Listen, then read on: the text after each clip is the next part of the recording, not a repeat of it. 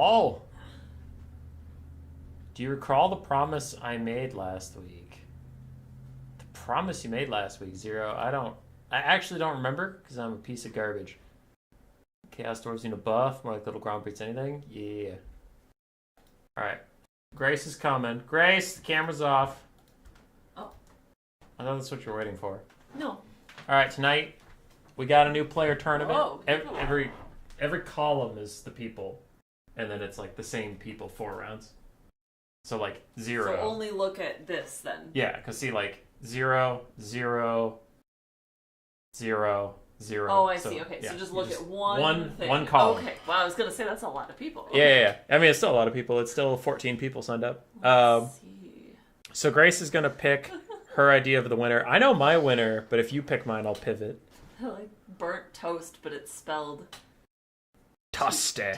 Yeah, I want to know the story behind that. So if you're listening, tell us what that means. Tell Grace what that means at 555-111-1. 111. I think I've done Nerdist before, and then they let me down. Jesus. Oh, God. 8, 6, 7. Can't just come in here and do that to people. Dog ruler. Wow. What do these numbers mean? Oh, that's just... Ignore all okay. numbers, I was like, is this like the seat? Like, should I be paying attention to that? Okay. Nah. All right, well, I'm going to go with burnt toast because I like your name. Let's go. I'm going with Stittler. Oh, wait, did you pick that because you know they're good? He's solid. I don't know if he's the best one playing tonight. I feel like this is unfair. You know all the inside stuff, and I just pick based on names. You could watch the stream. You could have the same information as everybody else. I don't think that would help me at all. I'm not going to do your homework for you. I'm just saying, you have an advantage. Yeah. What's funny is you were saying Nerdist failed you. He's actually probably the best player tonight. Oh. Well, shit. Okay. He's got burnt toast, I believe in you. Maybe you're going to... I don't know, has burnt toast been on this before? Yeah. Okay. He's been on it before, yeah. But Nerdist has just gotten, like, pretty darn good. Good. Well, good for you, Nerdist. Yeah. Proud of you. Okay. All right.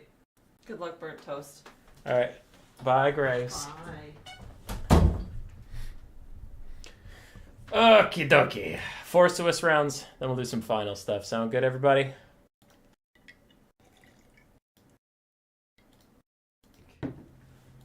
Promise you made last week, Zero. I actually don't remember because I'm... Alright, lamb sauce is here. Boogelicious! Love you, Hubs. Hey, Booj. Everybody, it's Lamb Sauce's birthday. Wish him a happy birthday. Because he deserves it.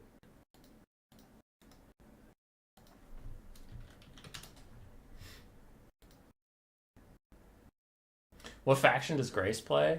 Grace does not play, but man, if she did.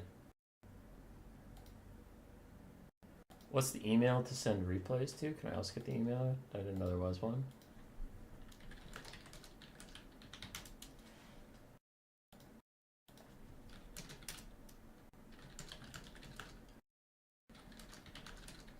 People asking me where to put the replays. You can just put them in my DMs.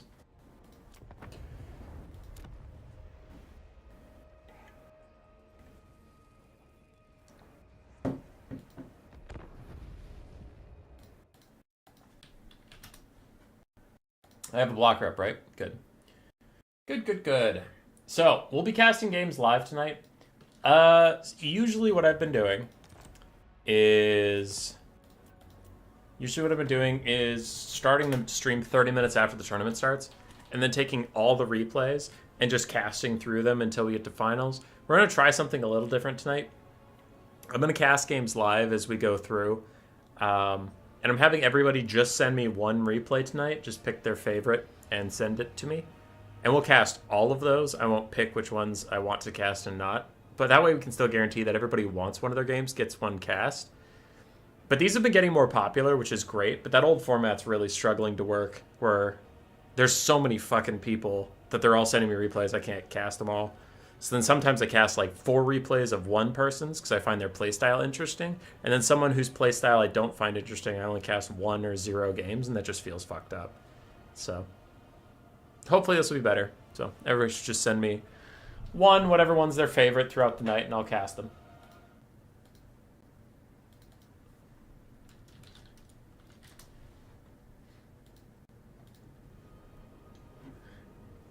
I promise you won't win a match in land battle with Dwarfs. Damn.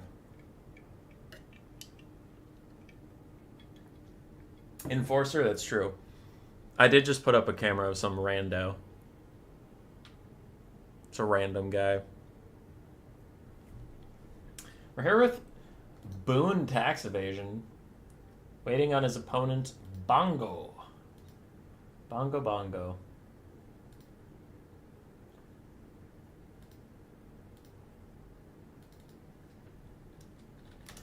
They've already done their picks and bans, apparently. It looks like Bongo is on his way, but we will have Greenskins versus Dwarves for Game 1. Whose birthday is it? It is Lamb Sauce's.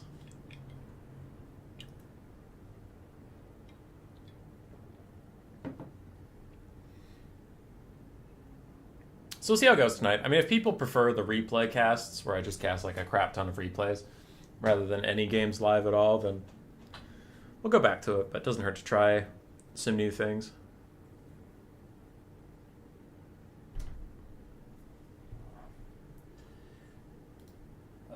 I recorded... Why just Skaven have so many units that are not S tier? I don't know.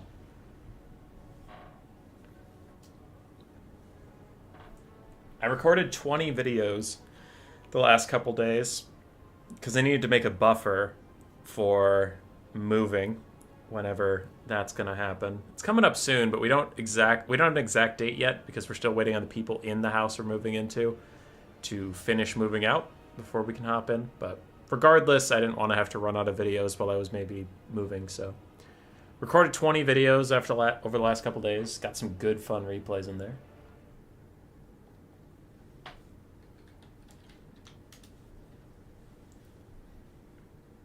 Do you plan on doing a Nations event still? Yeah, probably in the fall. We have a super big tournament coming up that... So here's the thing. We got this super big tournament coming up. Look at this. Look at this. $5 from Lamb Sauce is not what I was having you look at, but thanks for the birthday wishes. Hell yeah, dude. Hell yeah. So look at this. Look at this. So the last couple patches have actually been pretty good. Pretty good. So we got some plans going, me and my mod team. So we wanted to do a big tournament, like a big one. You know, if you're the best in the whole world, you win and all that stuff. So we got a trophy. Look at that. At the bottom, it's small. The camera's not going to pick it up, but it says Warpstone Cup Champion 2024. So you get a big-ass trophy. I sent it to you. That's nice. And then we got 4 little plushies that winners would also get. A Plague Monk, a Rattling Gun, a Poison Wind Globe, and a Night Runner. We got all those. So we got all this shit together. I was talking to CA. They were willing to promote it. Maybe let us stream on Twitch. Maybe. I don't know. A maybe from them is pretty much a no, but they did technically say maybe.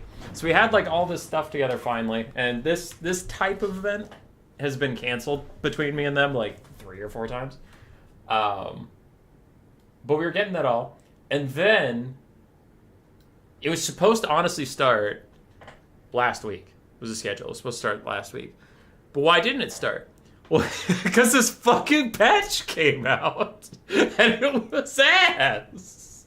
Czarina's Chariot's broken. The spells of the Lore of Hags are ridiculously broken. Like the one that's an overcasted Traderkin for only 12 wins of magic, and it's not even an overcast that silences. That shit's busted. All the best factions got buffed for no reason. Lizardmen are busted. Tzeentch is pretty fucking strong. Bretonnia is still busted.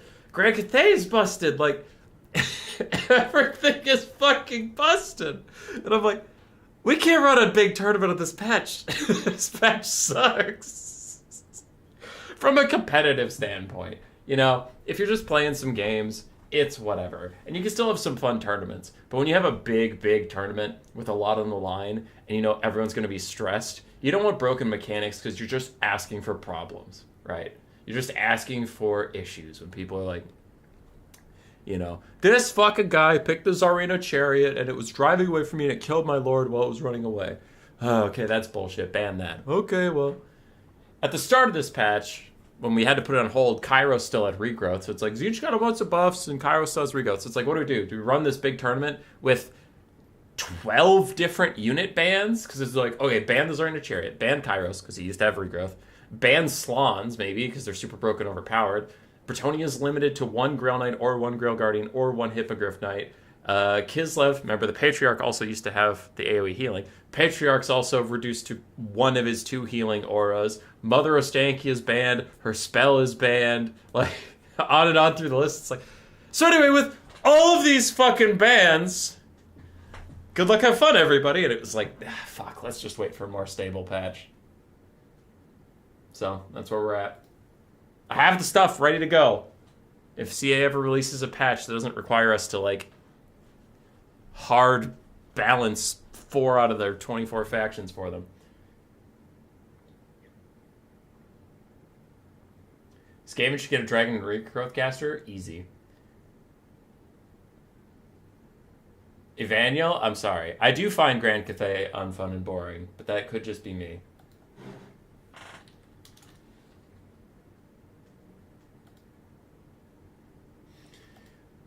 They can be fun.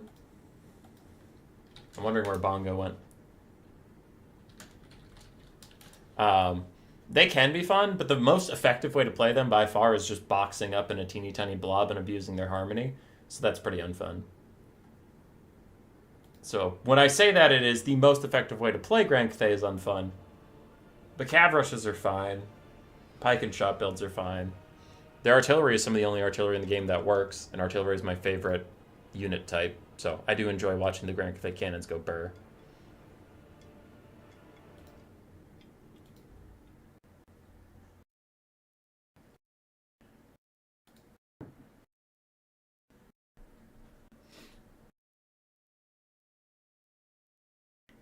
You don't counter camp or box? Alright, you get big points.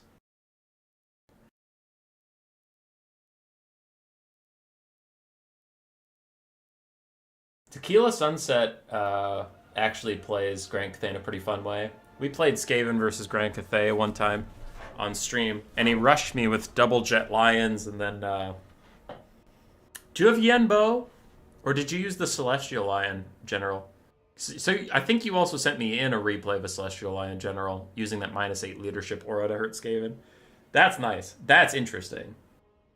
What's not interesting is watching Grand Cathay sit in a box for the 20 millionth game, and you go, oh boy, does the enemy have stats to rout them? Let's find out. They don't. They lose. They do. They win.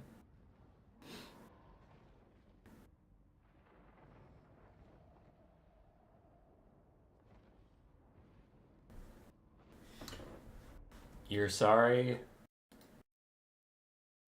that your live is getting delayed? Yeah, I don't know what's going on. We lost Bongo, and he hasn't come back.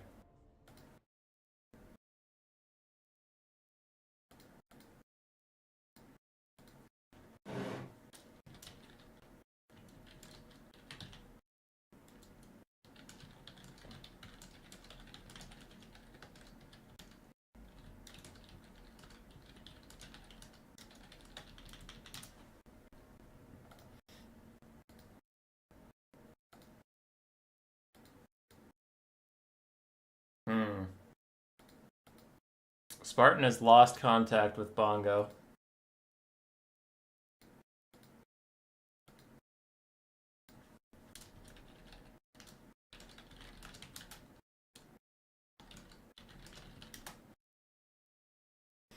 We lost our dwarves. Bongo seems to take his time. We played against him twice in EU tournaments. That might be true, but he was here and he was readied up, and then he left.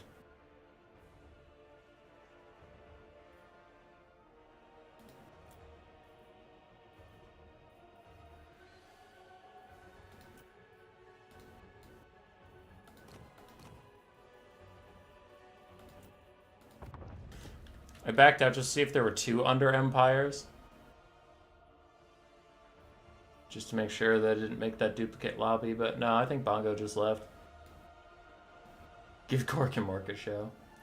I don't want to disrupt and delay the tournament. If your opponent's actually going to show up and look for you, and then you and I are just playing, that kind of sucks. When is the domination tier list coming out? More interested in the real competitive mode? I don't know enough about it.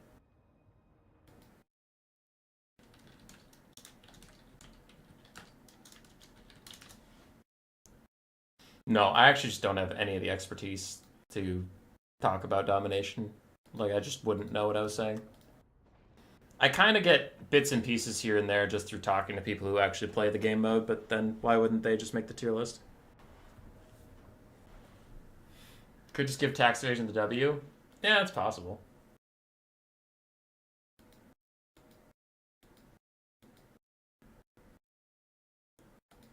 Alright, it looks like Bongo's gonna host because he's having issues connecting to this one again. Now I have to join with code from typing. DD. Oh, this is a long code to type in perfectly. Let's just copy paste it. I'm going off of a picture.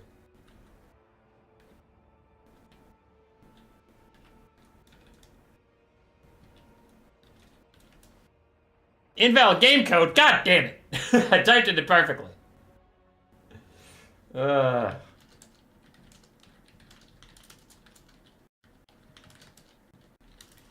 right. Spartan sent me the code. Now I can just copy paste. What the fuck? Why is it all weird looking? There. Okay, the game's just DD. It says failed to join. Okay.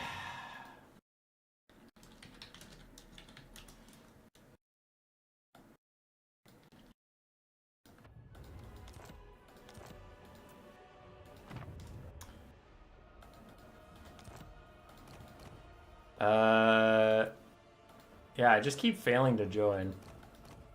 Don't know what's going on with this game here. Okay, so there's DD. It's what I'm trying to get into. It's spec slot.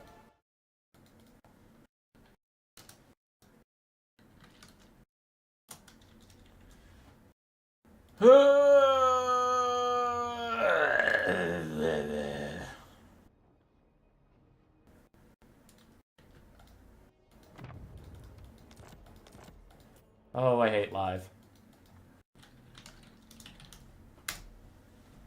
I hate it.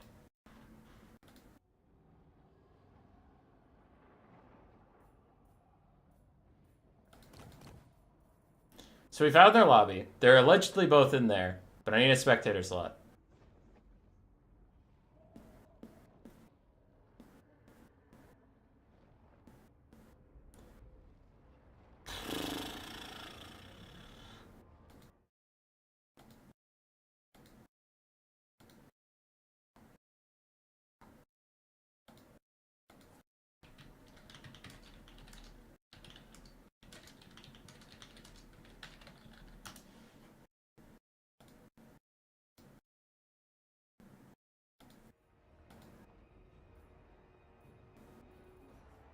Kind of wish they just added the single cap point mod.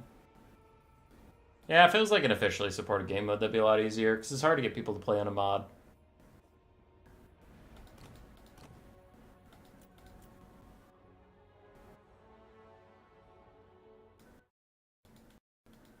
When's the last time we saw a VP in tournament? Oh, they played plenty.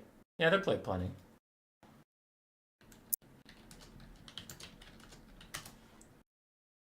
Hi, Cash.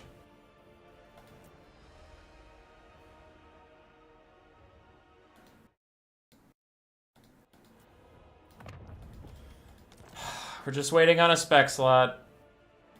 Sorry for the delay.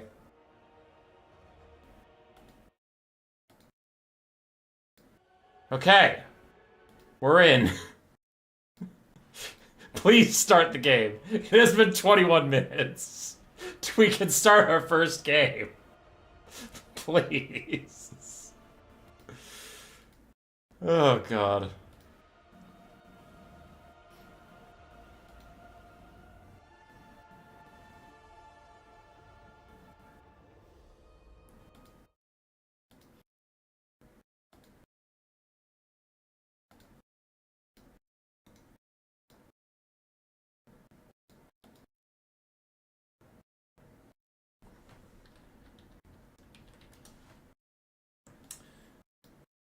Huh.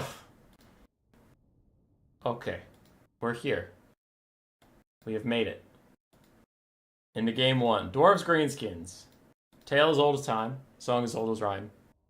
Beauty and the Beast. This is a grudge match that until this last patch. Hey, PZA Total, where are you doing? Until this last patch, this was actually a miserable matchup. Dwarves could just gyrocopter kite greenskins into the dirt, and they couldn't do anything. It was just bad gameplay experience for both sides. Now, with the rampage changes, where the rampages are guaranteed, you can take a fermented fungi caster and force the gyrocopter to the ground, because the rampage changes works in two ways. One, it works all the time, right? You rampage someone at 100% HP, they rampage, and they come down to you. Rampage 2, the second part that made this matchup playable is that come down to you part. There was a bug for the longest time that flying units that got rampaged most of the time would just sit in the air above a target, but they wouldn't land. So if you rampage the gyrocopters, they would just sit still, and it's like, okay, but you didn't achieve anything. So with the rampage fixes / changes, now you can just rampage a gyrocopter to the ground and kill it immediately. Makes gyrocopters actually pretty bad in this matchup overall.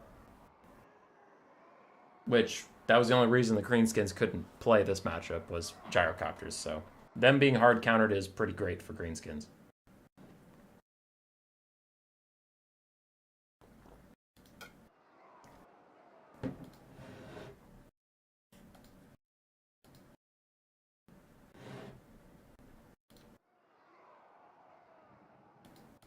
Casting replays, in your opinion, is superior? Yeah, it's more efficient, definitely. Some people like live more. I've just been casting replays forever, so I wanted to do another live one for a bit. Also trying out the new thing where I don't cast every single replay from everybody. I just cast one from each person that they send me. Dun, dun, dun, dun, dun, dun. Tax evasion loading up.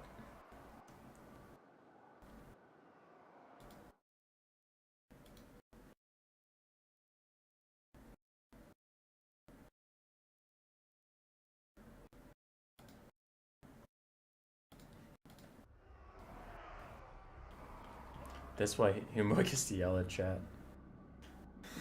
I'm loading as fast as I can. Okay. We're into game, and it already looks like, yup. Spartan brought a good lord. Skarsnik or the Night Goblin War Boss are fine here, but you're mostly just taking them because you really, really want that fermented fungi. The rest of their kit is okay. Not actually that amazing versus Dwarves. Spider of the Bad Moon gives you bonus versus large, which you don't really need. Get Back Here is fine. Trixie Traps is fine. Like, I don't have any issues with them, but fermented fungi is the whole reason you're taking this type of lord. So you have Skarsnik with fermented fungi. Foot of Gork, Brain Burster, and here we go. Foot of Gork could be a good pairing with the Night Goblin War Boss for his Tormentor's Sword that can net things, but also if you rampage something that it can't dodge, and then hit with the Foot of Gork, if there are no gyrocopters for you to rampage, that could be a good use of your rampages. So, it could be fun. What else we got? We have Snotling Pump Wagons, 3 of them. 3 Squig Herds, a whole bunch of Goblins and Black Orcs. And then we do have 2 Goblin Wolf Rider Archers, including Morgoth's Raging Marauders, and some Night Goblins, the ROR 8-peak Loons with their spinning loons. Cool, cool. Snotling Pump Wagons are cool units, and they're good on paper, but in practice, they tend to be hot garbage. I'm very curious how they do versus Dwarves. Dwarves is probably the only thing they could do well against. But again, I haven't seen them in forever because gyros. Gyros be gyros.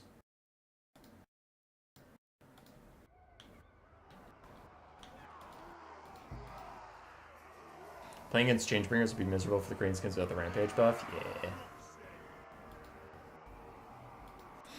On the other side for the Dwarves of Corvus Glaive, also known as Bungo. Bugman's Rangers, Dwarf Warriors, setting up a bit of a box. We have the Goblobbers, Grudge Thrower Arawar with its Discouraged on impact. Some Slayers, Dragonback Slayers, Miners, more Bugman's Rangers, Dwarf Warriors, and just a rune board with all of his runes. Look at them all. Look at all these runes. He does have the Gatekeeper's Belt. If his hit points are less than 25%, he gets 40% damage resistance. Wow. That's kind of pog. Master Rune of Grugni. So he's trying to make a teeny tiny little box so that he can give the whole box 20% missile resistance and then Perfect Vigor. Any more Warhammer book reviews on the way soon? So it's hard to do lore on the books I've been reading currently because I was doing the Masters of Stone and Steel, which was just some dwarf anthology stuff. It was just little dwarf short stories. And now I'm reading The Black Plague, which is really cool and funny from a Skaven perspective, but there's no like legendary lords we know or care about. I will do a video on it. I'm just trying to figure out what tact to do it. Because it's always better if it links to Total War in some way, but The Black Plague happened way before.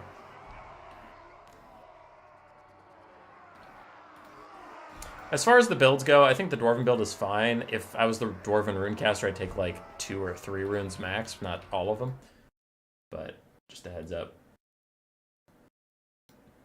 On the other side, for the greenskins, I like a lot of their build. Oh, we lost him. We lost him. Okay. I'm going to dip from this one. Too many issues. Because we're going on 30 minutes of not casting a game, which is just too many.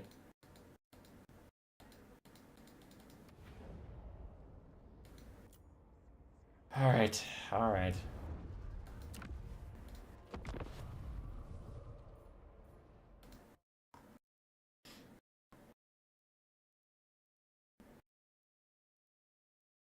Cough, replays, cough. I know. I've only gotten 2. Because the stream would normally be starting 1 minute from now.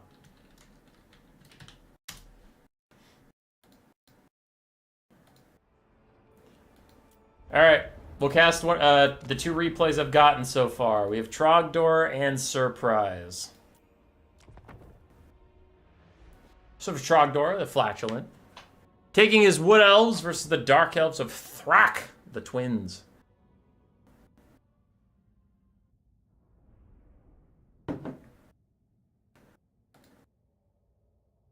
Human Boy, why do you always start the stream 30 minutes after the tournament starts, Human Boy? Alright, well, it's 30 minutes after the tournament starts, and I'm casting my first game, and it's a replay. So, damn it. And my game crashed! Okay. Rough fucking start. Oh, God. Just in time for Magic Reindeer. You will get your Magic Reindeer. I think my game crashed because I clicked on it just as it was loading in, which it tends to hate to do.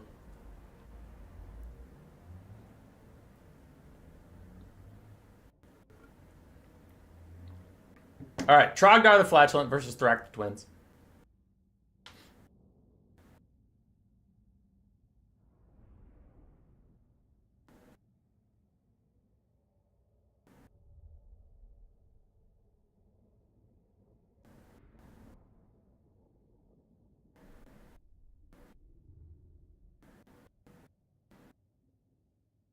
We'll get there.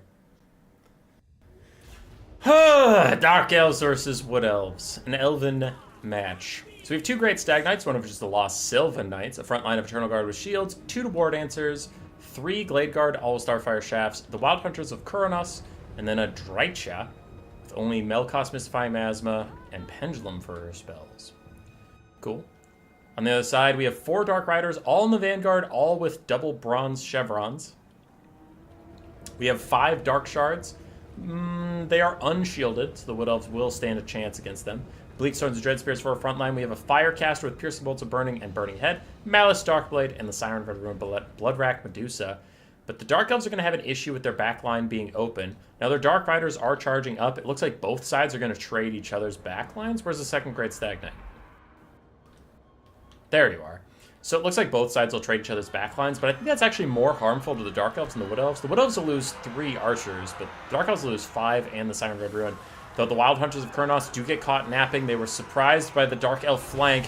And Pendulum goes down the front line. Really good damage on those Bleak Swords that the War Dancers are already just about done with. But I imagine the Dark Elves will have a response of a Burning Head soon. Wood Elves getting eaten up. And the Great Stag Knights, a little slow on the deployment. The Dark Riders from the flank actually caught the Great Stag Knights. And while they'll lose the combat, they're just buying time for their Dark Shards to get out damage. That's really all they want out of this. Sign of Red Ruin firing away. Some Dark Shards getting pushed back already by the Malevolent Dryad summons. And in come the Wood Elves going through this front line like butter, especially the War Dancers. War Dancers kick so much ass if they don't get hit with like a Burning Head or Archer Fire on the way in, or Heavy Cav, or single entities. But man, if they can just fight infantry, they shred fools. Wood Elves are up on the balance of powers. The Wild Hunters of Kurnos prevailed through being attacked in the rear. They took very little damage from that, which is surprising. Now the Dark Elves are in mass exodus. Looks like Malice is going for a snipe attempt onto Drycha to try and turn things around a little bit, but the Great Stag Knights have surrounded the Firecaster. Can the Piercing Bolts of Burning hit? Yes, they can, and giant damage onto the Wild Hunters of Kurnos. And the Firecaster will rally in just a second. Overall, the Wood Elves are doing very, very well, though. Their front line was much better. And then their flank fights just went better, too. And the extra money invested in the Siren Red Ruin and Malice Darkblade are taking time to really get value, but it was a fast-paced game, so they're just going to take too long to get their shit together. Malevolent Dryad summon has faded away, but the Lost Sylvan Knights are going to kill the Siren Red Ruin with a little bit of help from the Elven Archers. Fire Mage is back, but it looks like the Wild Hunters of Kurnos will clean her up. And this is looking like a quick sweep from the Wood Elves.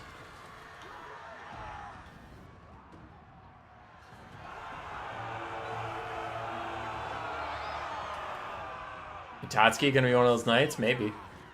Maybe, man. Hero units are good, guys, I swear. They take a lot of damage quickly, but when they get to hit things, they hit hard. Dark Elves have rallied some Dark Shards in the backfield, but with Great Stag Knights just running loose in their backline, I doubt they'll stay online for long, as the Wild Hunters of Kurnos are also coming in. So good stuff here from the Wood Elves. The Dark Elves had a good plan, lining up their Dark Riders behind the enemy and getting in there, but then the Dark Riders just didn't do enough damage quickly enough, which isn't really a player fault. It was just kind of the unit didn't perform as he needed it to.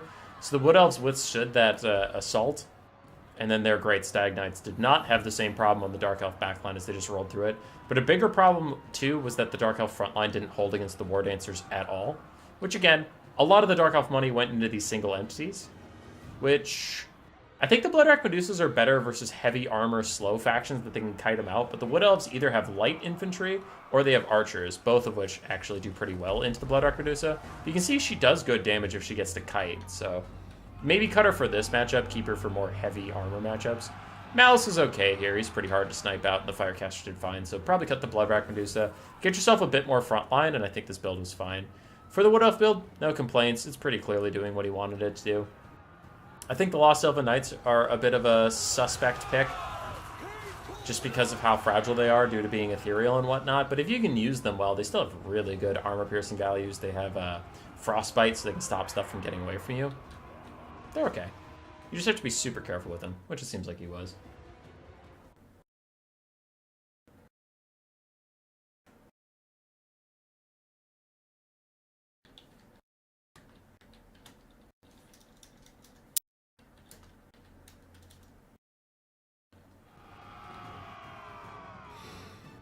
This is looking pretty over, though, as it is just Malice now versus the world. I'll play it at faster speed, as I think he's about to get army lost unless he transforms. Nope, he terror routed.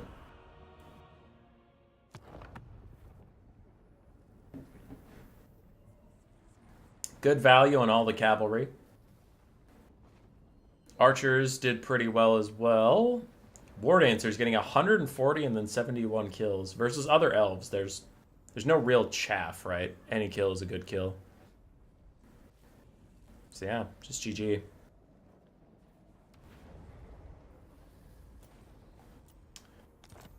Okay.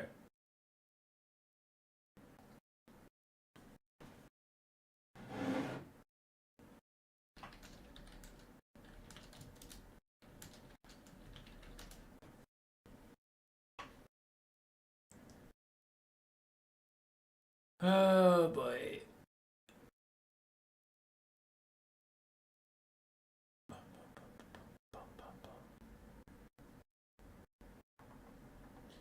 I'm just looking for something real quick. So where are we at?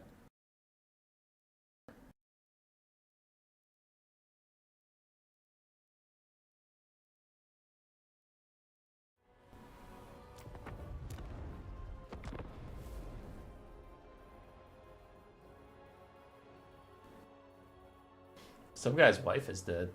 That's not nice. Alright. I did message Stittler and Zero the Fool that I'd spectate their game, but I don't know if they saw that. I haven't seen a message from either of them, so I think I'll just cast this surprise replay I have right here.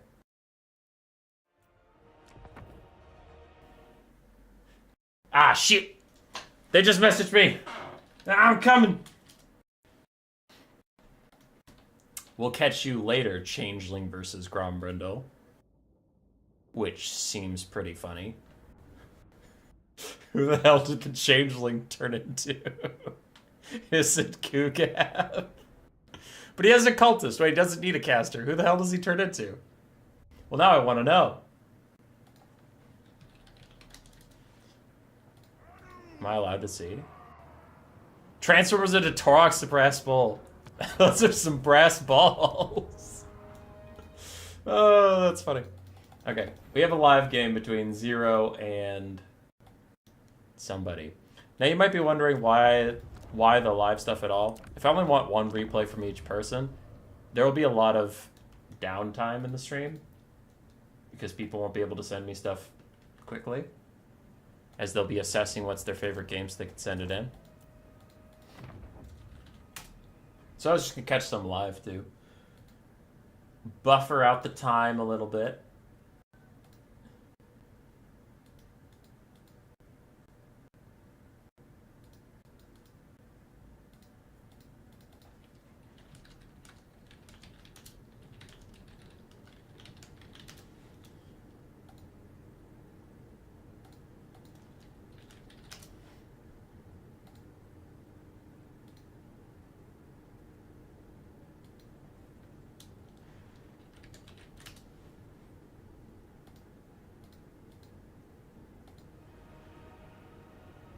He transforms into Queek with Dwarf Gouger. I like just Dwarf Gouger. I know you didn't say just Dwarf Gouger, but I imagine it's just Dwarf Gouger. Doesn't have trophy heads, doesn't have Verminous Valor, just Dwarf Gouger.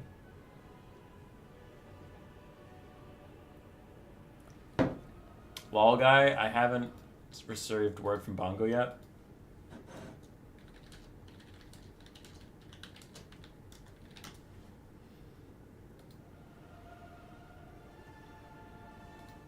Okay, we have Stittler versus Zero. We are getting into game. It is Empire versus Tzeentch. Take two on the live gaming experience. As we have triple Demigryph Knight. One is the Royal Altdorf Gryphite, one is a Demigryph Knight with Halberd, and one is a regular Demigryph Knight. A single War Wagon. Karl Franz, Lifecaster, Silver Bullets, Great Swords, and Spears. On the other side, we have the Changeling! Again. The Cultist. 3 Centaurs of Tzeentch, 2 Screamers, 1 Shrieking Skyrays, and 5 Zangors. Just goes quick battle. Yeah, I should do a stream where I play more games, Evaniel. I've just been, unfortunately, busy. I'm sorry. I have, in fact, failed all of you. But if it helps any, I won a tournament last night that I wasn't streaming, so there's no proof of it. But I did win it.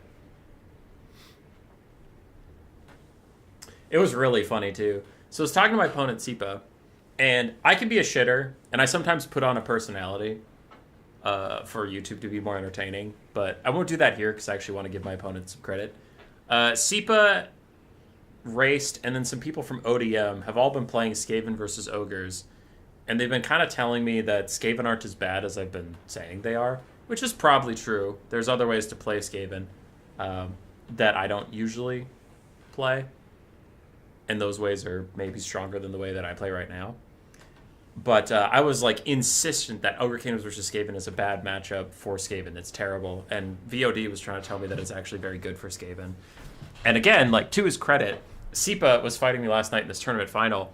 And he took a build I had never seen from Skaven in this matchup. I was like, what the fuck? And I played it, and it did better than anything I had ever taken. But I still won. And I was like, nice. My credibility as a Skaven main remains intact because I could still win this matchup with 0 practice just playing the Ogre Kingdoms. Like, as I would hate them to play against me as the Skaven. But I hadn't practiced it at all. I was just like, yeah, this is what they do. And I won, and I was like, nice. And he tells me to go back and watch the replay, and he had Gorich and a Chieftain on Bonebreaker, and they're both fighting my Snowhorn of Morn. Because I was using it for a terror piece that just runs around. They're both fighting him, and they just stand there and stare at him like just... And he's like, the Snowhorn is swinging at him, and they stand there and they do nothing.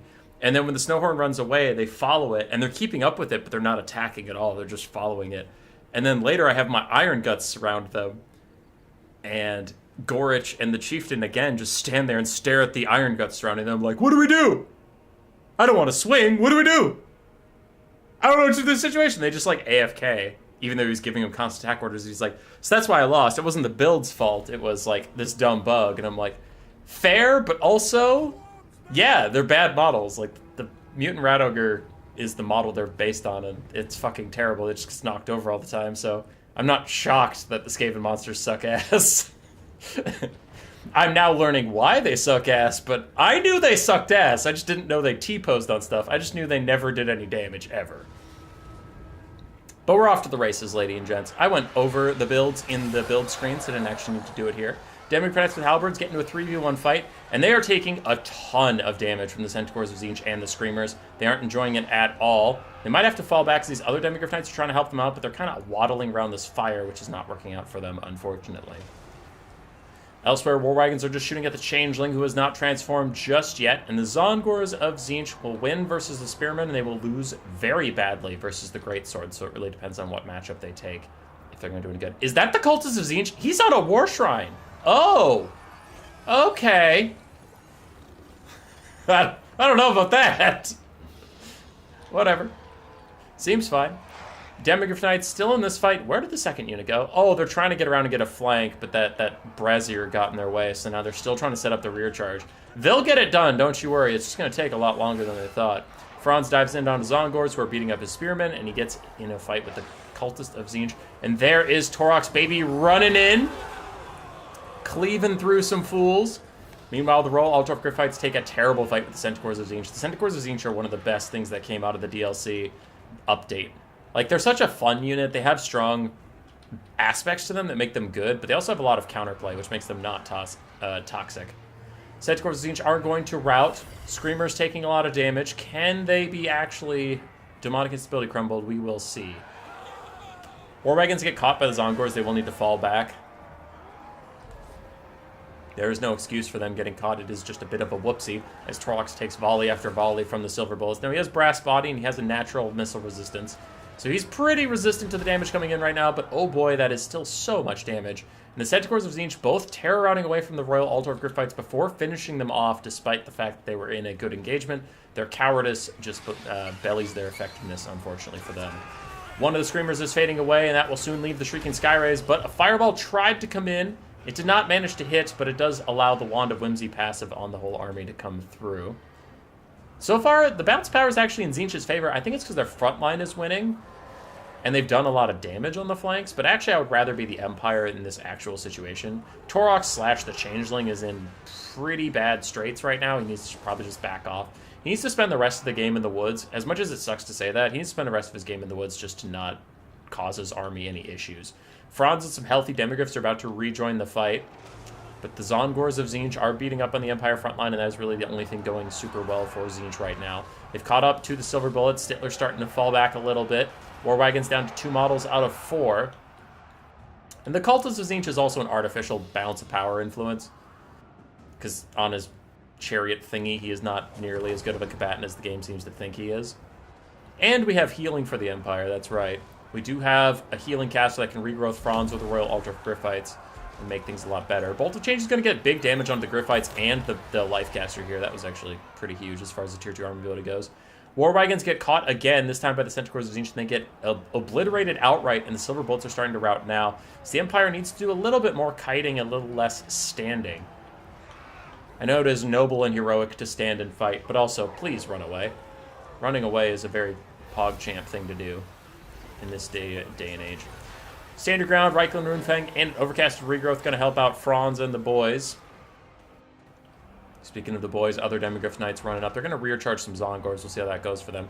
The Royal Ultra-Griffites are here causing terror, so if you get that good rear charge in for that leadership shock damage, you could actually just terror out all those Zongors. The Changeling is still around, as Torox being alive. Damage values are very equal. There's that big damage onto the Zongors we were talking about. One of the Demigryph Knights with Halberds actually gets wrecked. Oh, Franz abandoned them and they were surrounded by Zongors. Yeah, that'd do it. That'd do it. Muffin Master 0-2 taking a break. Shit happens, dude. Shit happens. Does the Changeling restore health when he transforms? I don't think so. No. Woo Cultist War Shrine. He's out there. I mean, he's still full HP. He has barriers. He's doing something. Demigryph Knights are just grinding with the Zongors, though. Same with the Greatswords. The Greatswords must be having a whale of a tail.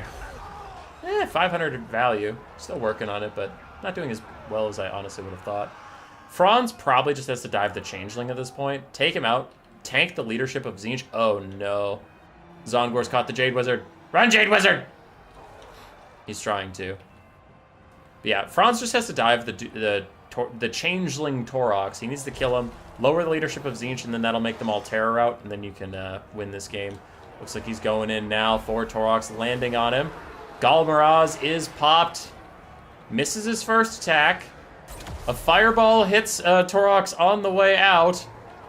And Franz really needs one big hit. There we go. And then his Blood Roar should take out Torox. Does Torox crumble like the Changeling, or does he rout like Torox? I actually don't know. That's how little Changeling gameplay we've gotten in our lives. Cascading Fire Cloak is in for the Changeling, but it is too late. He routs like Torox. He does not crumble. So Franz needs to pursue him. He needs to pursue him. He needs to kill him outright. Otherwise, this game is lost. We still have Franz. We still have some Demigryph Knights and a couple State Troops here and there. But really, all you need is Franz and Terror in the late game. But, oh, Torox Changeling is going to get away. Demigryph Knights try and bail out the Jade Wizard, and they do. He should rally. At 300 HP, he'll probably rally. Demigryph Knights, Terror, taking out everything else. And Franz is on the hut. 58 speed for Torox, but if Franz can get back in the sky, his 90 speed will prevail. So Torox will be dead. Fireball in from the Cultists of Tzeentch. He does give his whole army that Wand of Whimsy. Plus 12 melee attacks. The Royal Ultra-Griffites look like they're going to meet their doom. And can Franz really carry? I think so, but I've been wrong before. Torox, Changeling Torox is dead. And watch them all rout. Say goodbye to the Zongors. Ooh, 4 leadership on those ones. Those guys are routing. Something over here is happening. The Royal Ultra-Griffites are fighting to the last man. 1 model and 46 HP left. And Franz the Demigryph Knight's going to rear charge this healthy Zongor. I'm getting some flashbacks to my game versus Berserk's Nurgle. My Slaanesh versus his Nurgle. When the Cultist of Nurgle on a War Shrine was full HP and Nakari was like 1/10 HP. And I was like, Nakari can still actually just win this. And the game was like, nah, he's full HP. And I'm like, dude, he has 200 weapon strength. It's fucking Nakari. He's gonna be fine. Alright, Zongor is routing. And Franz is running over the Jade Wizard. You know what could be a huge play? If Franz comes over here and pops Reikland Runefang in standard ground just for the leadership to rally the Jade Wizard and have him heal himself. Holy shit, that could be huge. Oh, I'm here for it. Fucking get him, Franz. Pop the buffs. Do it, do it, do it. He's already feeling a little bit better because Franz is here. Yes, standard ground. Heal him, heal him, heal him, heal him. You gotta heal your Jade Wizard. Heal the Jade Wizard. Ah, he's regrowthing Franz. Did you watch the 25-minute Warriors of Chaos and High Elf game yesterday? No, I heard about it, but no, I didn't watch it. He's regrowthing Franz. That's probably smart, but it would have been the Chad play to heal the Jade Wizard. Ah, he's back anyway. He's fine. Tzeentch is regrouping around the Cultist. Still have a bunch of Zongors. Empire just has this Demigryph Knight at half HP and Franz now at full HP. They're finally pulling ahead on the balance of power like I would have thought they should be.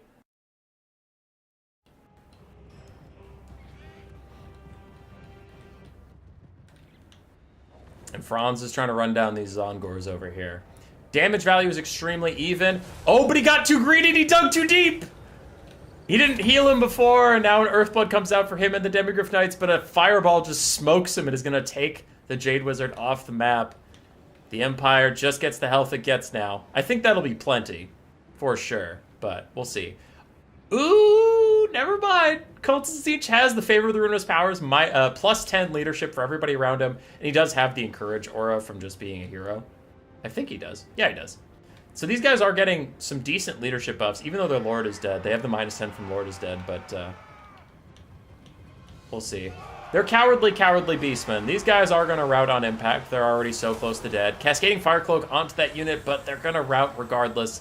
That is a little unfortunate. And the Zongors are here to poke down the Demigryph Knights. Though we did see earlier, the Demigryph Knights took a lot of damage from fighting in Zongors. So, maybe, possibly. I think Franz has this 100%. He's just going to terror out these two, and then the Cultist is all alone and he dies.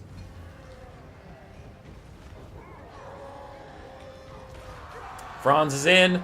Demigryph Knight's going to charge the unbraced Zongors. We should see a terror rout on these two. Then without them, the Cultist dies, and that'll be GG.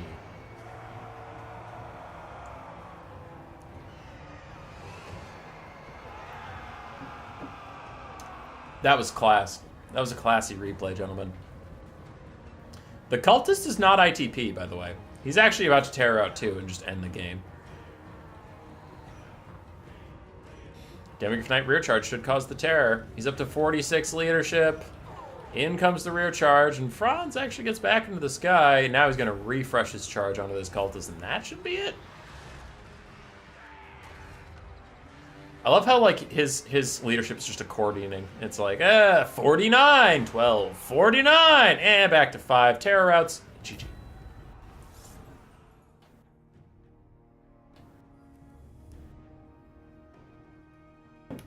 Yeah, that was a good game.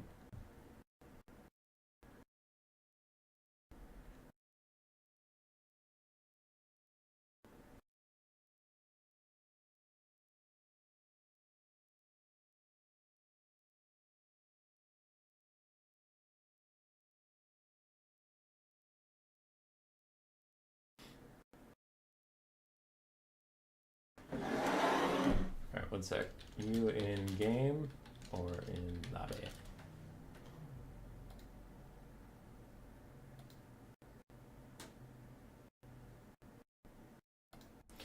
Karl Franz, 1300 value. Honestly, not that much value, but he was important in the game. Demigryphs did fine. War Wagon got destroyed. Silver Bullets did pretty well before they got caught. And Great Swords and Spearmen did their best. Inside, the Changeling didn't get a lot of damage value out, apparently. Cultists did well. Centaurs of Tzeentch did amazing work. Screamers also did pretty well, and Zongors did great. So they really tried to bring it back. GG.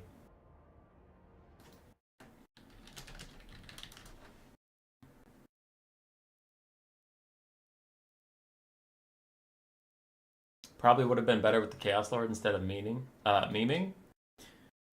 That could be true.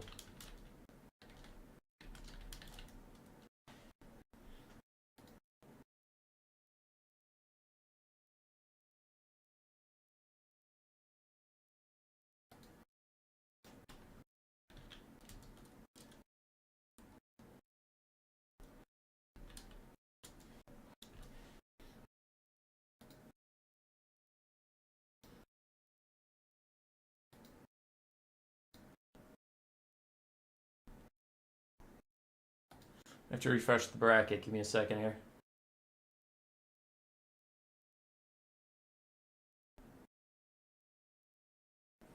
Dog Ruler is going to fight Mel.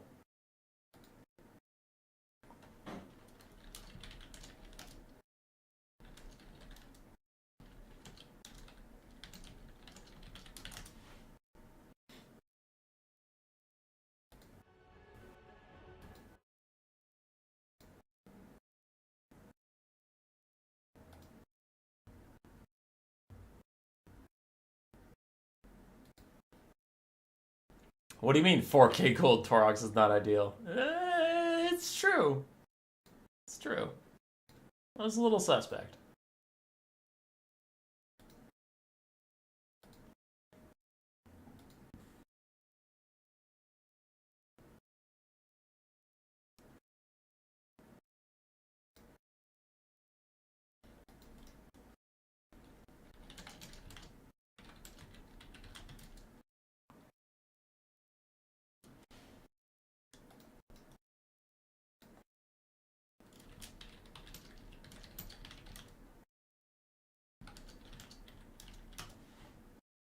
Hi, Giyama.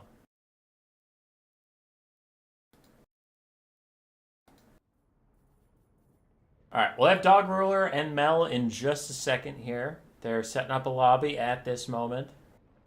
Do not worry.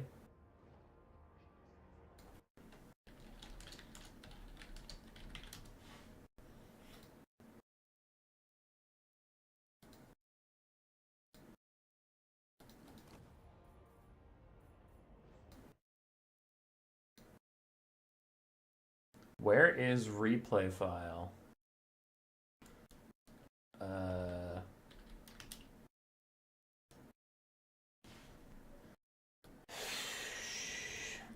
You mean the folder in general? Or the specific one? Just finished round 3 then, cars. Gotcha. I'll be in another game spectating. Okay, the folder. The folder is in app data, roaming, the creative assembly, replays.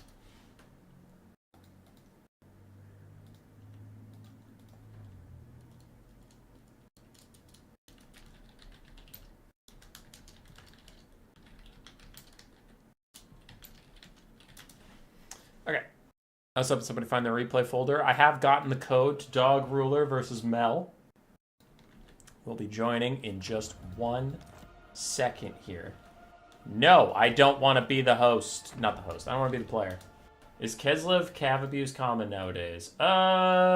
If you get Kislev, yes, but most tournaments have bans of some kind, and a lot of people ban Kislev. Like, I have open-ended bans, so if players join and said, I ban Skaven, the other one says, I ban Wood Elves, then yeah, you're probably going to get Kislev, but almost no one does that. Kislev is pretty frequently banned. Cash, why are your legs completely numb? Cash, no! Don't die, Cash.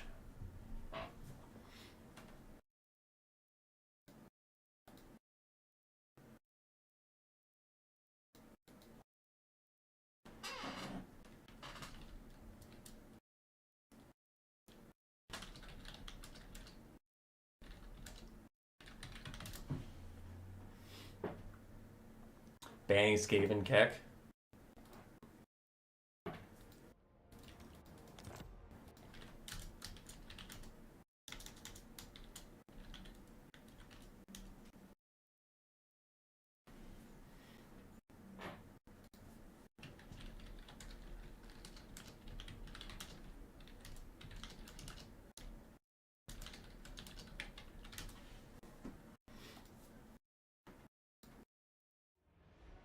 Oh, leg day hurts. Wish you were dead. Okay, it's not like a medical issue. You're chilling.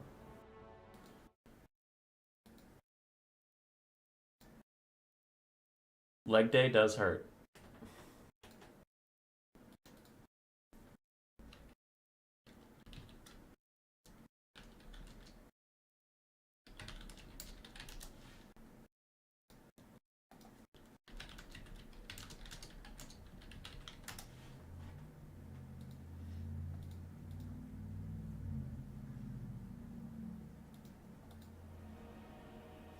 The winning move is never to exercise to never get delayed muscle soreness.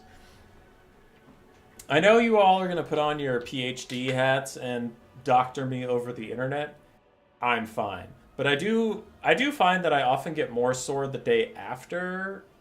Well, sorry, 2 days later. So let's say I do leg day on Fridays. Saturday, I'm usually fine. It's Sunday that my legs get really sore. Don't know why that is. And I'm not going to trust any of your responses because you're all internet people.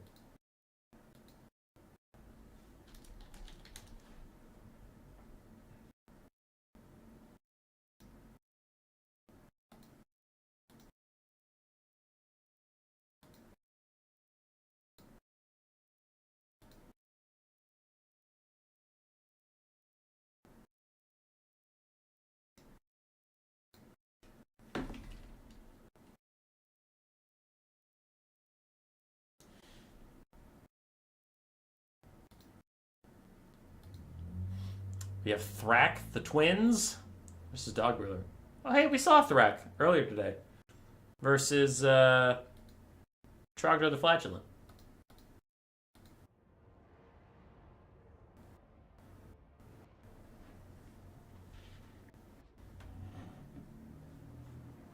My buddy has the same thing.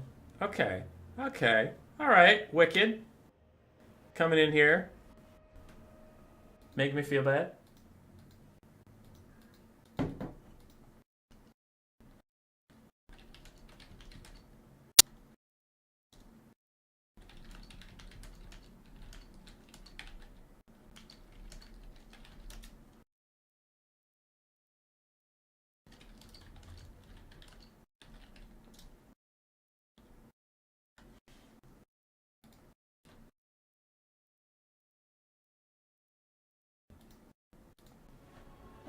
I have a theoretical degree in physics. That sounds like not a real degree. That sounds like a degree you hope to have.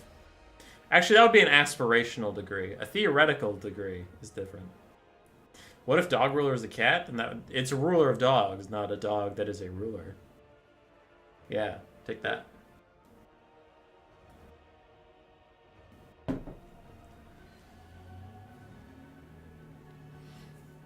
So,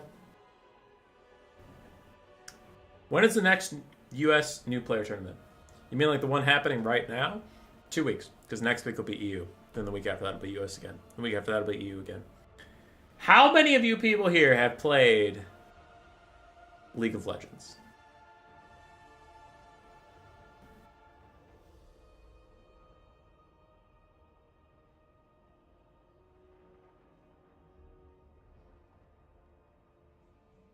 How many of you played League of Legends?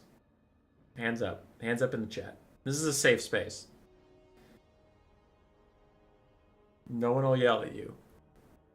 I just want to know how many people this mini rant is about to apply to. We played Dota? Okay. Haha. Uh-oh. Haha and uh-oh are not answers. Never tried. Dota enjoyer. Not in like 10 years. Okay. So far I'm learning that this chat is not cool. Heroes of the Storm. In cars, that's gaming. Heroes of the Storm was pretty fun. No, it is not used to. God damn it. Hey, we got one. Okay, Con. I've played MOBAs, but not League. Damn it.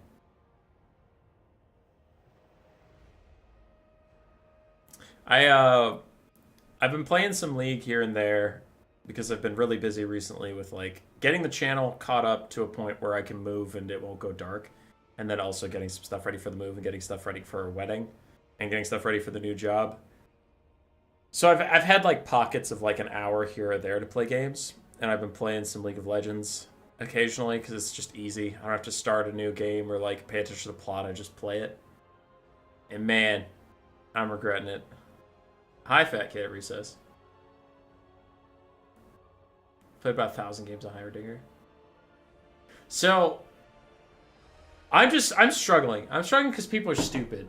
Like, I've climbed really, really far. Sorry. Saving a replay. I've climbed really, really far being bad mechanically, but just knowing where I'm supposed to be and where I'm not supposed to be. And it is so funny to me how many people get all butthurt just because you don't like have amazing mechanics or whatever. But anyway, my point would be, I was playing today and people were getting really mad at me because I'm Kassadin, and I go, hey, Warwick, I need a gank mid because I'm getting my shit shoved in, and this guy is always over pushed, doesn't have flash. Let's kill him. So my jungler is coming to gank. I'm not at my lane yet. He needs to wait like 10 seconds, like do Scuttle Crab or something. Wait 10 seconds. He ganks on his own. I'm not there, like literally not there at the lane yet. He dives the guy under tower without me. He dies, and he goes, he types in all chat, our mid is useless. And I'm like, dude, okay, I said I need a gank. I didn't say run your ass into my lane right now and fucking die for it. I got you, fam. I didn't say that. I said I need a gank eventually. And he's like, whatever, dog shit mid. I'm like, cool, thanks, buddy. Then we get to late game. I'm fed as hell. I'm actually playing pretty good. I think I'm like 8-1 on Kassadin, which is really good. I'm very fed. I have to back to get an item. I back. I get that item. Warwick, same Warwick, says, we gotta get drag. Okay, that sounds good. I'm on my way. I'm in base. I'm on my way, but I am in base. Warwick says, we need to get drag, and he sends it immediately. What role are you maining, Human Boy? I play Phil. Mostly jungle, because people apparently hate it. But anyway, he sends it immediately, jumps into 5 people by himself. The 2 guys nearby go, well, Warwick jumped in. He seems like a bright individual so far. They said, not paying attention to how the game's been going. Let's just follow his bitch ass in. So they all jump in. Me and Draven, the only other character that does damage on our team, are not there. Draven was top lane. Right about now, he's mid lane-ish. I'm coming from base. I'm about in our jungle. They're all fucking dead. It's Dragon. We have 2. They have 2. It's not a big deal. I typed to Draven, hey Draven, don't go over there. And Draven's like, but they all died. And I'm like, yeah, and you will too. And he's like, but they all died. I have to go in. No, you don't. No, you don't. You can back up. It's fine. Give him 1 fucking dragon. It'll be okay. He cannot process this information fast enough and walks straight into them, straight into 5 people, all by himself. He dies. My whole team is pinging me because I'm the only one alive. And I said, no. You don't get to ping me because I'm not a dumbass. You 3, dumb. You that walked in 1v5, extra dumb. The rest of you, that makes you all dumb. I'm not dumb. All of them are pinging me. All 4 dumbasses are now pinging me. Now you might be like, Human Boy, surely you're exaggerating. Surely, since all 4 people are pinging you, you were secretly toxic or something. No. Literally, this is happening as I've told you. I haven't said anything besides, Warwick, can you gank? Okay, I wasn't there yet. And then I was silent. And then I'm on my way to drag. They all die before I even get close to getting there. And the dragon wasn't started. It wasn't like we were running out of time. It's the 5th dragon in the game. Both teams have 2. It's not even a big deal if they get it. My team's like, nah, fuck it, send it. Kassadin's not here. The 8-1 Kassadin's not here. So we get to later in the game. They're in our base. We need to team fight all together as one. Warwick and Rek'Sai decide to split push without the rest of the team. All 5 of the enemy team show up, kill just the 2 of them, leaving just 3 of us to defend the base. They 5v3. They win. We lose. All 4 of my teammates go, report Kassadin mid AFK. The 9-2 Kassadin mid was apparently AFK. So AFK that I got 9 kills while dying twice. That sounds pretty AFK. I had the most damage on my team. Sounds pretty AFK. But all 4 of these troglodytes, with 1 brain cell between them that they share, they pass back and forth occasionally, decided to get together and go, hey, we all sucked really bad, right? Yeah, we were fucking terrible. We made all the wrong decisions, right? Yeah, we're really bad at this. Let's all blame Kassadin. As long as we all blame him, it's gonna be fine. So I get a message from Riot Games that says, hey, you got a penalty for being, quote, leaving the game AFK. How was I AFK? I had the most damage on my team. I had the most kills on my team. I was fighting to the very end. I died in the last team fight when we tried to defend the base 3v5. How was I AFK? Well, because 4 fucking idiots decided I was AFK. That's how I'm AFK. Oh! So now I'm chat restricted. And my chat log was 3 things. And Riot Games had the audacity to show me the 3 things I said. Wait, 4. 4 things I said. Gank mid. I wasn't there yet. I'm on my way to drag. Draven, don't go in. Those are the 4 things I said that got me chat restricted for leaving the game and going AFK. Which I didn't do. So yeah, League of Legends is a calming game that I'm glad I decided to play in my free time. Was it ranked or no? It was ranked, for sure.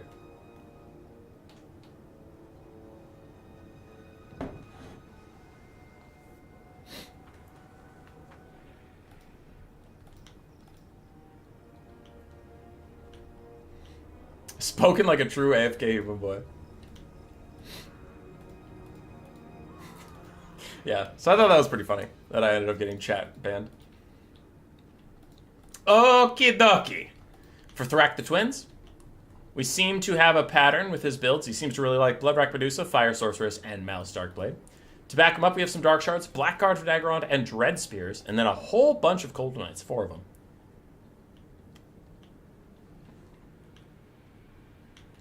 On the other side, for the Lizardmen, first Lizardman of the night, piloted by Dog Ruler, we have 3 of those Skink Skirmishers, some Feral Cold Ones, Saurus Spears, and Saurus Warriors. Do have a Slann Mage Priest of High Magic. Ooh. Soul Quench, Apotheosis, Banishment, and Blood Statue of Spite. More Saurus, and a Quaddle. And a Psilon with Solar Engines. This is kind of a fun little Lizardman build. Court of Quaddle's also back here. LOL has to be sponsored by the blood pressure medication industry at this point. I like League of Legends as a game. I just really hate when my team is not competent. Like, I'm okay losing with a competent team. You know, you had fun, sometimes you lose. But when your team is just a bunch of assholes, even if you win, it wasn't worth your time. Soul Quench slams into Malice, sends a message. Anyway, I just thought you'd appreciate that story of how I'm a toxic AFK mid-main that also got the most damage on our team while being AFK. Trust me, guys. Whew, not mad. Skinks charging into Dread Spears. They'll probably lose, but Saurus Warrior should win, except for the Blackguard. The Blackguard will win whatever engagement they get into, because they're just far superior to anything Lizardman brought. Bloodwrack Deuce gets knocked over again and again by the Solar Engine.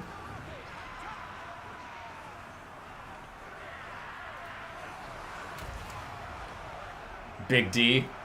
I like that. I like that a lot. Right screen lead client. Alright, Blood Statue of Spite hurting some Golden Knights who are trying to chew through Saurus Warriors and Skinks. That is going to be a losing fight for them. They won't want it at all. I also wonder if a Banishment goes through them. No, the Banishment is on the Dark Shards in the back line. Getting good damage out. Bloodwrack Medusa and the Dark Shards maybe going to shoot at the Quaddle soon. What is going on the high ground? Golden Knights are eating good on these Feral Cold Ones. And the other Golden Knights have lost attack orders. They do need to charge into the Skinks, and now they do.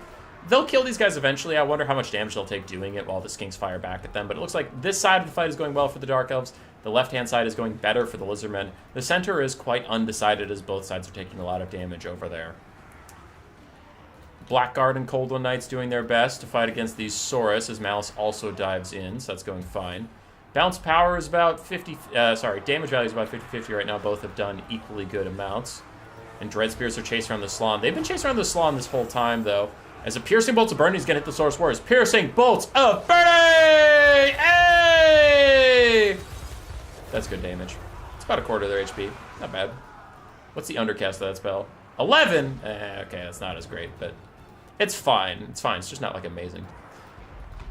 Cold One Knights still fighting. They push off one Skink Skirmisher, and they're moving on to the next one while these guys still eat up some Feral Cold Ones. The Dark Elves loving that fight.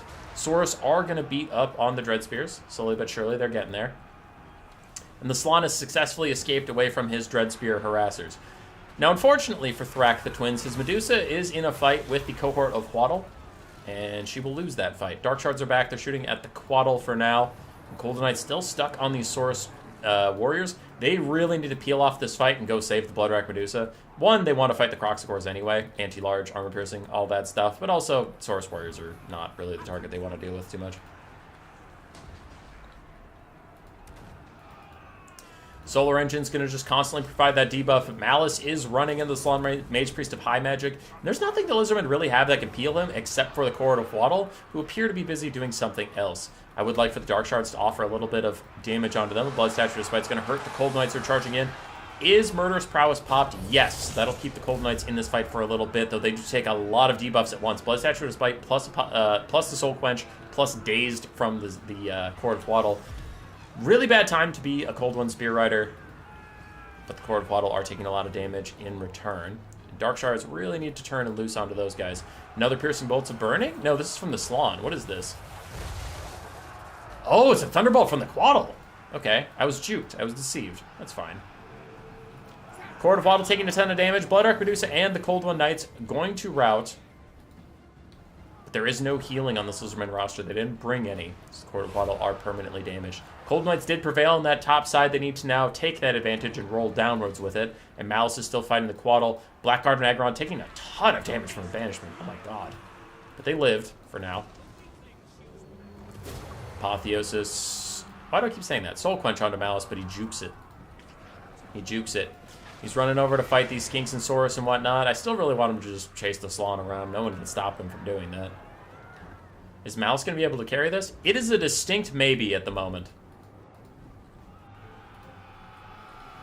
Dreadspear's trying to run up on the Still-Down Solar Engine. The Quaddle is just causing terror and being annoying. And meanwhile, everybody's piling up on Malice, which unless this Firecaster has something up her sleeve is going to be a problem, because Malice base isn't good at clearing out all this stuff. Oh, they do have healing. They have Apotheosis. Never mind. Anyway, Malice base is not good at clearing out lots of stuff, so you'd have to transform into Zarkan to really punish this blob, but if you do that, then you're sacrificing all of Malice's HP that he currently still has. Another Piercing Bolts of Burning. Don't dodge, don't dodge, don't dodge, don't dodge, don't dodge! Hey, don't dodge, be cool, be cool, be cool. Stay in it, stay in it, stay in it. Terror up from her. Stay in it, stay in it. You're safe, you're totally safe. Nothing's gonna happen to you. Ah, Piercing Bolts of Burning! Hey, hey! Let's go. Big damage. Balance Power is getting danger low for Dark Elves. Malice needs to transform before Army Losses hits.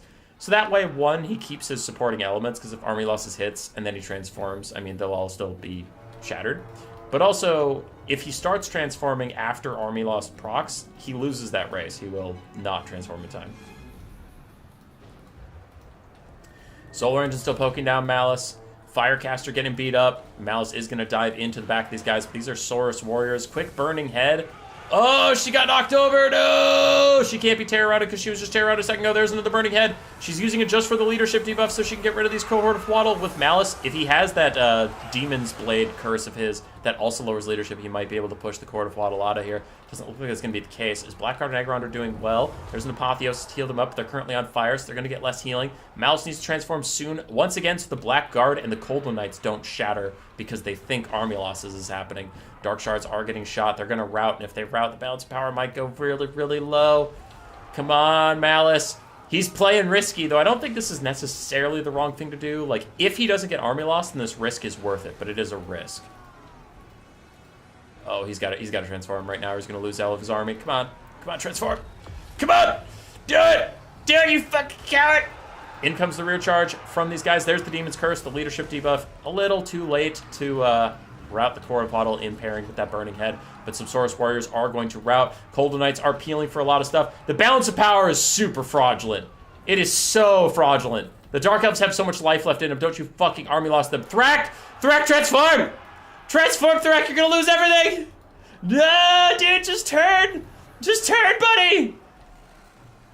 Cohort of Waddle have routed, but he's got to transform before that Army Losses hits. Otherwise, if he starts it after the Army Losses hits, he loses that race. He loses that race! Change! Change! Transform, please, for the love of God, Thrak, you've got this! I actually think you maybe got this game. Just transform, Malice! You're playing so greedy! No! Turn him! Oh, thank God he's turning. There we go. Tzarkan's here. Army Losses is avoided. Bounce Power's a bit drunk. Oh, yeah, it is. Oh, yeah, it is, dude. Malice is chilling. So Malice now probably just wants to run directly at the Slann. I could also accept him running at the Solar Engine, but he does need to just, like, pick one of the big targets and beat the shit out of it for a little bit. Firecaster has to just be cheeky. Keep running away from the Quaddle. Being annoying. And a Burning Head out, a predicted Burning Head onto the Skinks. A little over bold. I think you could have just put that on the Saurus and follow Tzarkan around. But Tzarkan is beating up the Slann Mage Priest of High. Has to keep after him. Keep after him. Keep after him. Don't get distracted by the Saurus. Keep after him. Keep after him. Hey! Hey! You get in there! You get the Slann! Not the fucking Saurus! Who cares about the Saurus? Go get the Slann! Malice! Malice! Go get the fucking Slann, man! Oh no, Dark Elves! Don't do it. They did it. They did it. Firecaster's terror routing off. She'll probably naturally route as there's a giant bird thing chasing her down. Yep, that's going to be a natural route. And Malice got stuck on fucking Saurus, man. Damn it. That's probably GG. It was a close game, but it's probably GG.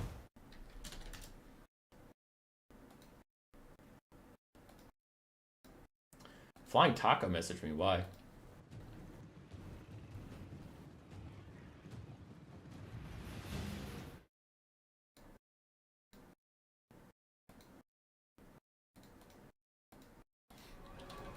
Alright, Malice is trying to take out a whole bunch of skinks.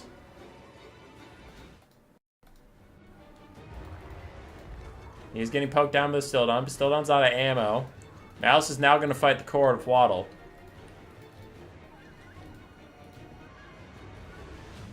And he uses Reaper of Souls on him on the charge. Big shots. Should take him out. I don't know how much healing he has left to get, though. Core of Waddle down to 2 models. And they rout in the face of Darkblade. But Malice can't afford to actually chase them down. That would take far too long, and his time is extremely precious. So he needs to turn onto stuff that's actually still in the game. Alright, you shattered him. That's fine. Turn. Okay, you're going to fight the Bastildon? Still think you should fight the Salon. Please. Because the Salon might just heal the Bastildon while you're fighting it. Plus, if you kill the Salon, all the stuff leadership route goes down. Malice is going to fight the Bastildon. It's better than chasing around nothing. There's his heal cap, though. I think he is doomed.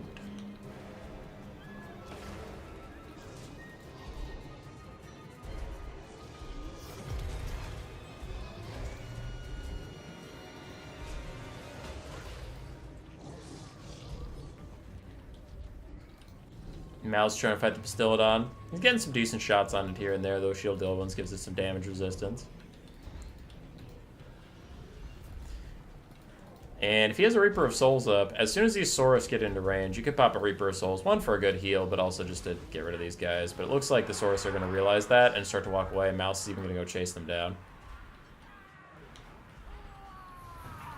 The Bastildon shot debuff makes it hard. That's true, but it's out of ammo now, so that doesn't matter.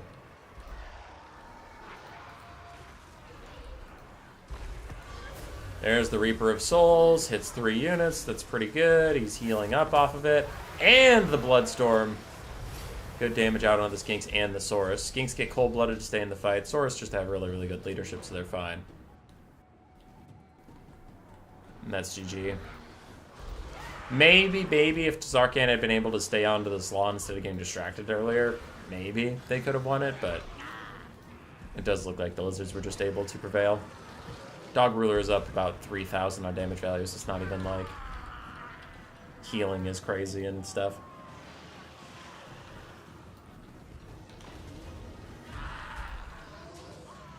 Zarkan's still fighting it out.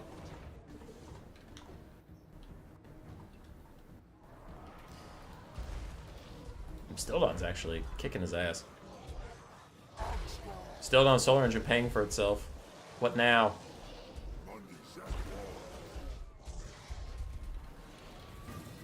The Salon even coming in hot just to put a nail in the coffin.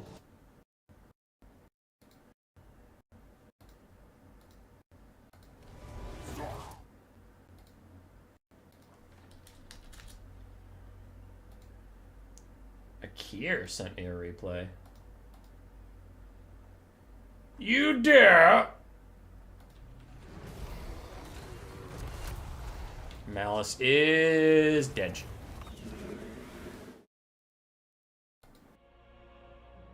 GG's.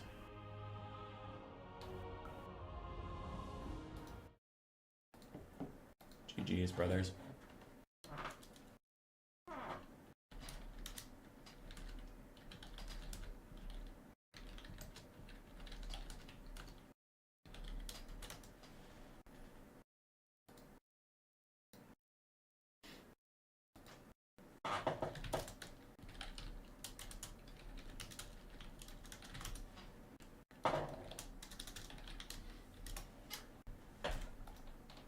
Okay.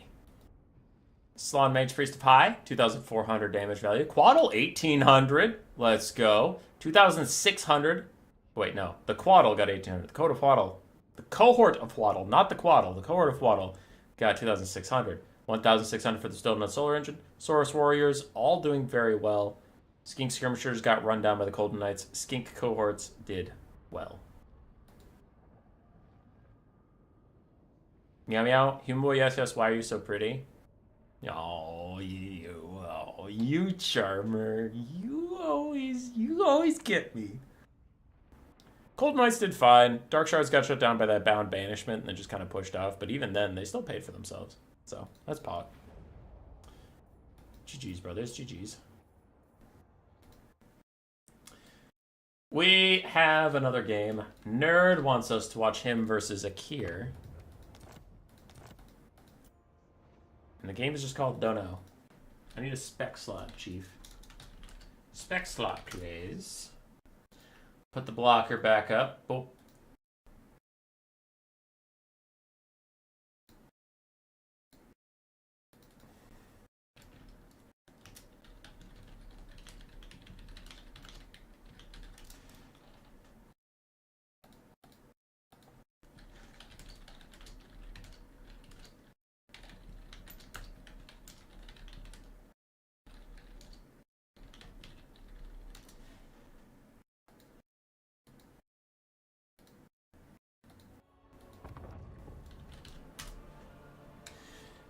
If you're playing in tonight's tournament and have not sent me a replay yet, do remember to send me at least one. If you want them cast. If you don't want them cast, then fuck it, I don't care. But if you want them cast, send me at least one. We still have two people, actually one. We have one person in round 3, all the rest are in round 4. The tournament's Swiss form is coming to a close. Here we have Nerd versus Akir. Aki Ryochi.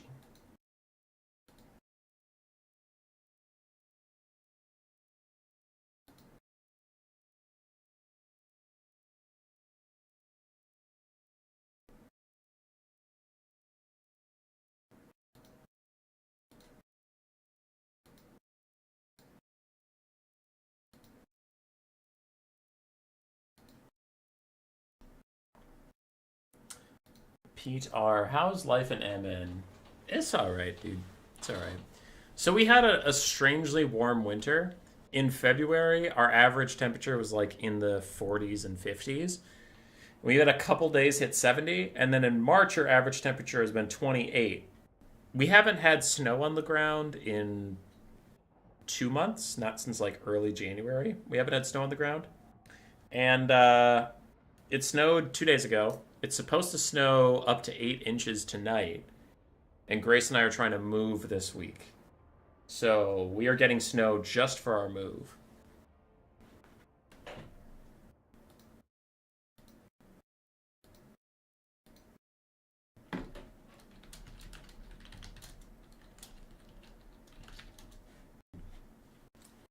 Which state? I'm in Minnesota.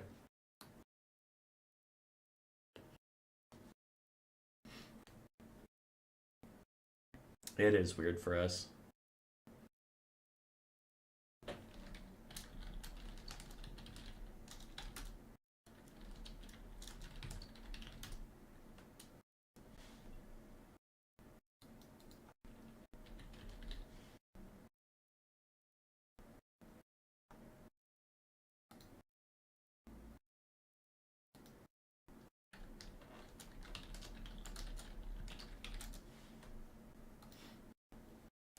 Moving in snow, good luck.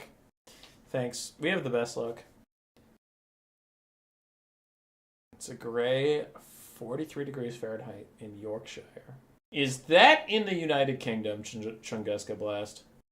Don't you lie to me. Don't think you can get things past me just because I'm a stupid American. I know where things are.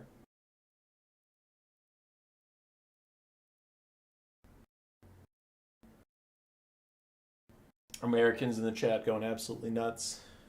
You can't call us stupid? Fuck you. I'm burning my passport right now so I can never visit Minnesota. Get back to your Canadian provinces, you fuck. And that's when I spring the trap on him. Minnesota's actually part of the United States. What? I know. It's crazy. Canada does not have a peninsula into the U.S. It's a U.S. state.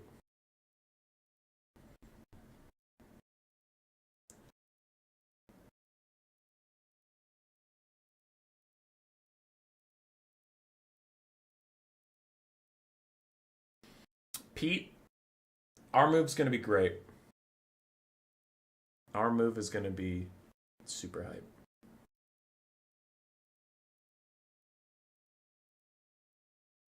Turn stream is much more American friendly.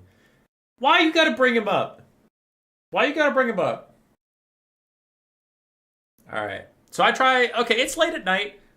I have a vodka tonic here that I've been sipping on. So I'm feeling a little... I'm feeling in a divulgatory mood. I usually try and avoid the streamer on streamer drama, but what the fuck? Drama gets the clicks, right? Okay, so if you love drama, subscribe. So here's the deets. Fuck Turin. Here's why. Turin and I, for my 18th birthday, his 37th birthday, we were supposed to hang out. We were going to play Star Wars Battlefront 1 in my mom's basement. We had a projector set up, aiming at the wall, and the projector was gonna shoot Star Wars Battlefront. I went up there. I had the Cheetos, I had the nacho dip to dip the Cheetos in. I poured the nacho dip directly in the cup holders, so that you didn't lose it. You knew where it was. It was in the cup holders. All right, and then we had nowhere to put our cups, so I built a table, and I drilled 4 holes in it that you could just put cups in. And my stepdad said, "Hey man, why the fuck did you drill 4 holes in our dining room table and then drag it down to the basement?" I said, "Shut up, stepdad." So I did all this. And then he messages me at 11:59 that night. And he says, "Hey, man, thanks for the $5 YouTube super chat. I don't know what all that shit about Battlefront 1 was, but I hope you have a good birthday." I've never forgiven him. So I unsubscribed immediately. I refunded my super chat. And we haven't spoken since. And I'm 30 now. So that was 11 years ago.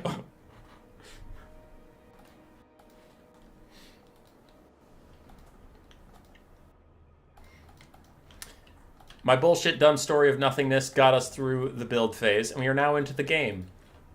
Sometimes I think about what I'm doing. And I entertain you with shenanigans. That's just enough, dude. Unsubbing from Turin now. All right, for the game ahead. Nerd is on his best faction, Bretonnia. Bretonnia is a strong faction, but I also just see Nerd playing it a lot, so he should be pretty comfortable in this matchup, whatever it is. I mean, it's High Elves versus Brett, but like I said, he plays Brett a lot.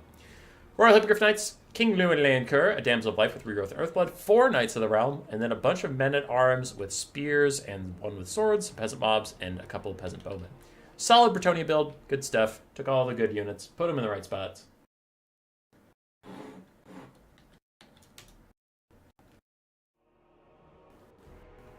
On the other side for the High Elves, we have triple Dragon Princes, one which is the Fireborn.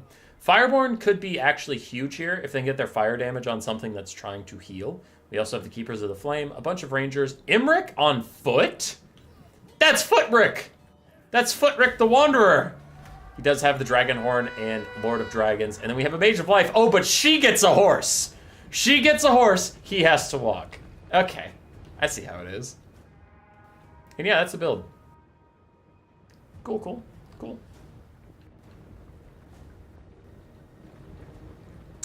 Dragon Princes, I don't know how they perform in the Knights of the Realm, actually. They have better stats and whatnot, but Knights of the Realm do have anti-large. And of course, if the Hippogriff Knights and Lewin are nearby to support, then that's going to be a problem. Aki getting caught, sleeping though, does take the free charges from the Knights of the Realm, and the Illyrian Reaver Archers are going to get rode down by the Royal Hippogriff Knights. So a rough start here for the High Elves. Lewin dives in. If he has his Sword of Corone, or whatever it is that lowers all of their stats, like armor and melee defense and whatnot, that could turn this into a very big fight for the Knights of the Realm. It doesn't look like he's going to use it just yet. Phoenix Guard walking at the Knights of the Realm in the distance. Meanwhile, the Fireborn are coming over here to maybe help out with this fight. There's the Sword of Corone, but it pops at the same time as the Dragon Horn. So 68 melee attack, but only 20 melee defense for the Dragon Princes. And the Royal Hippogriff Knights are here too. This is a bit of a disaster for the High Elves.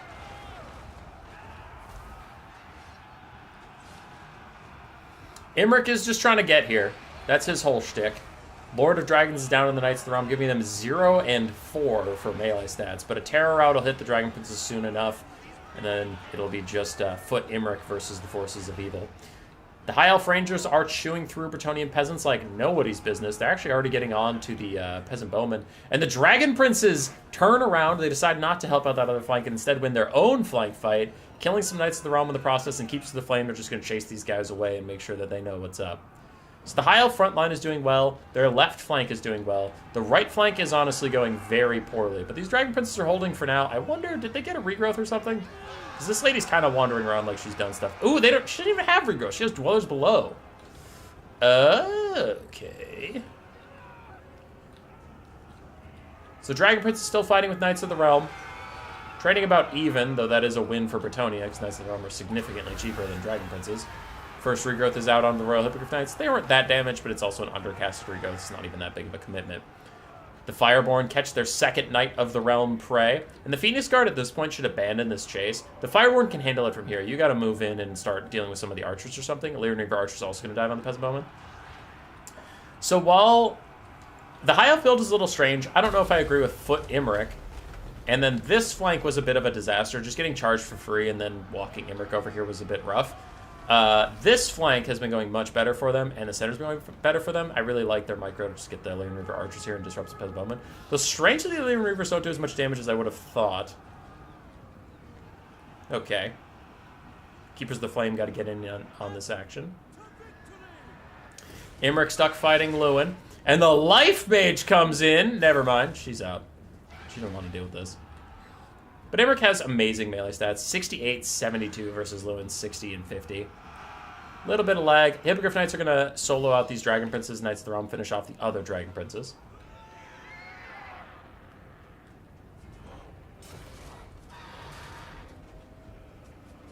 And we will need an Earthblood in onto Imric soon if he has to stand any chance versus Lewin. Dragon Princes sandwiching in the peasant mobs? No, they were just relocating for a different fight. Rangers and Keepers of the Flame have cleaned out a lot of stuff. Keepers of the Flame need to refocus, though. They need to actually, like, take a fight that matters. That's another thing, is, like, Foot Imric should probably be with the Keepers of the Flame just to keep him safe, because now he's surrounded on all sides by Hippogriff Knights and stuff. Lord of Dragons is down onto Lewin. Dragon Horn is popped for Imric and the boys. We do have some Dragon Princes back. Imric's running from Lewin, takes another hit, and he's not ITP, so he will actually tear her up. The Fireborn and the Keepers of the Flame need to refocus. They gotta stay on point here. They're way too expensive to be wandering around doing nothing, and unfortunately that is what they're doing right now. And Lewin snipes out Imric, which could put a nail in the coffin of this game.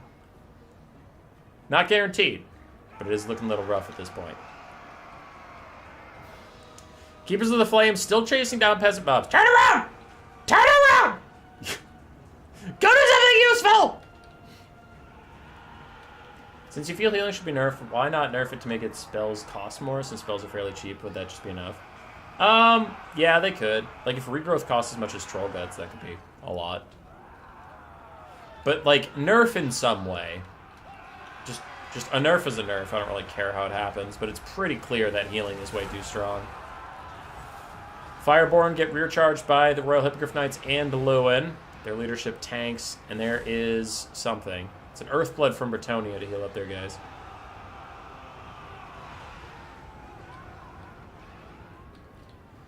Yeah, it's looking like GG. I mean, we have full health Keepers of the Flame, but we have some archers who can just kite them out. Lewin and the Hippogriff Knights can cycle charge them to death and stuff, but the Fireborn and the Lifecast are getting sniped out right now. I don't think there's any hope for the High Elves.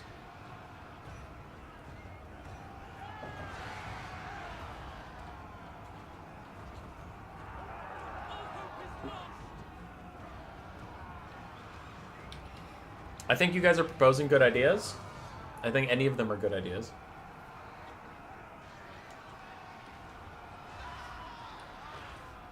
My argument for reducing the healing of healing spells would be the vampire counts. The vampire counts were super toxic, and then CA like legitimately cut all of their healing in half. And now the vampire counts are considered a healthy faction. Like, mains still play them and still think they're strong.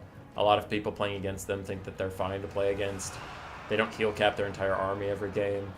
It's, like, much more balanced.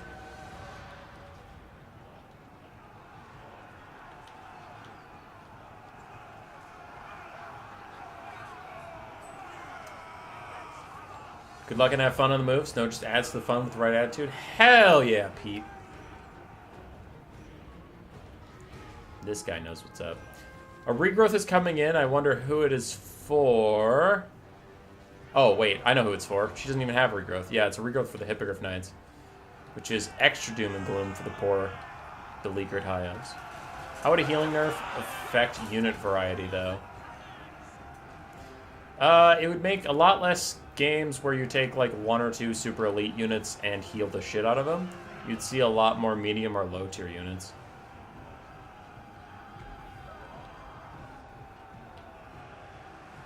Which I would agree that seeing high tier units is cool, but I would say we need something along the lines of like scaling magic resist. So Khorne and Dwarves can have spell resistance as part of their lore passive, but I think all factions should have like spell resist on their most expensive units scaling.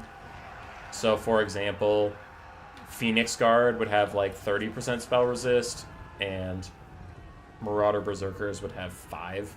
And basic Marauders would have like 0. Clan Rats would have like 0. Or something like that.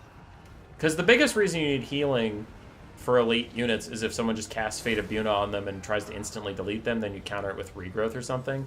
That's fine. That's a fine use of healing. What's annoying about healing is when like Hippogriff Knights charge into everything and then just instantly heal cap and nothing ever matters and you can't kill them.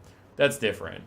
So healing should be a way to like try and keep your elite units on the field, not a way to make your elite units literally unkillable in every way, shape, and form.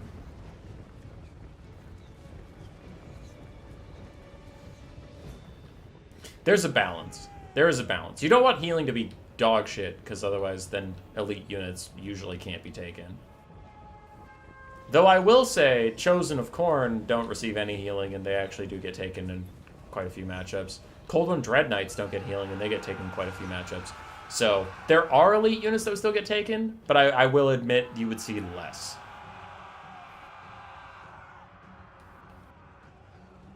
Unused username. Hey, man. It's been a while. Rear charge onto the Keepers of the Flame. Keepers of the Flame are not ITPs. They could tear out here any moment. As it's funny we're getting a lag spike now that most of the units in the game are dead. Apparently now their computers are struggling to handle it. But the ITP missing for the Keepers of Flame means they do tear out, and that'll be army losses. GG. Spirit Leech and Buna would honestly need mechanical reworks. Yeah. I would agree. I don't think Buna needs a nerf unless healing gets nerfed, because, like, nerfing damage spells and leaving healing spells how they are just makes healing spells even more powerful. So what's the point?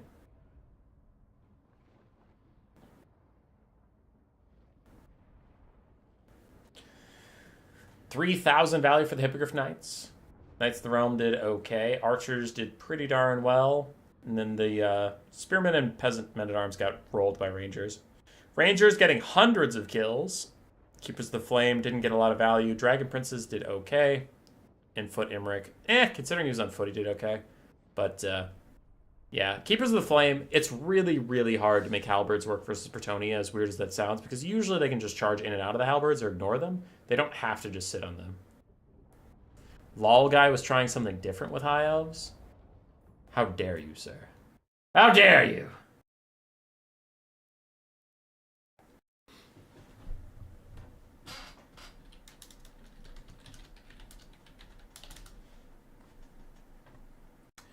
Oh, okay, we might have to do some tournament things here.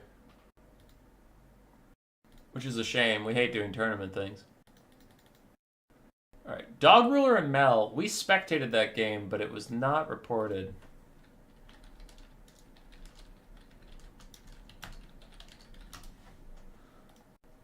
So I know that one was done. Surprise and Burnt Toast still fighting. Trogdor and Stitler still fighting. What'd you just send me? Hold on. Did you just send me something? Report the win, sir. Okay.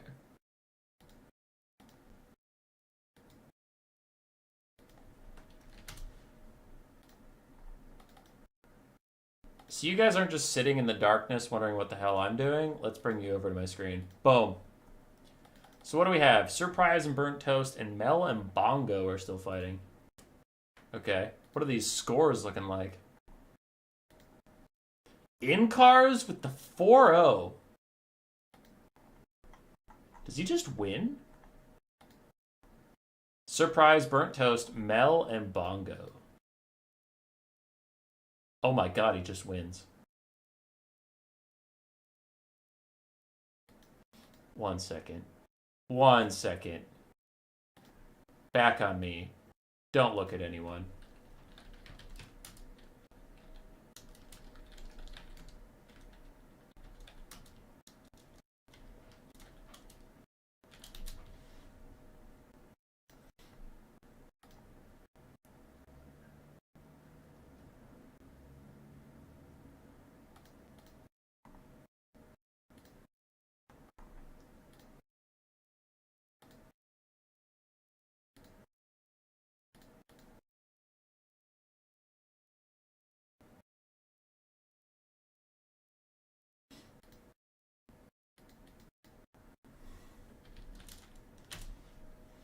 Alright, 1 second. 1 second, everybody. I gotta think.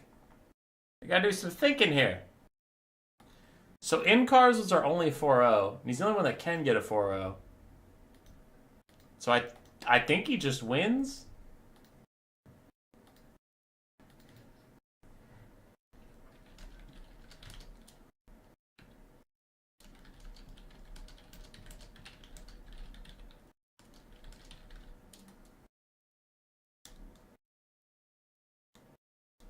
Yeah, I think he just wins. Because Nerd, Stitler, Trogdor can't get any more wins. That's illegal.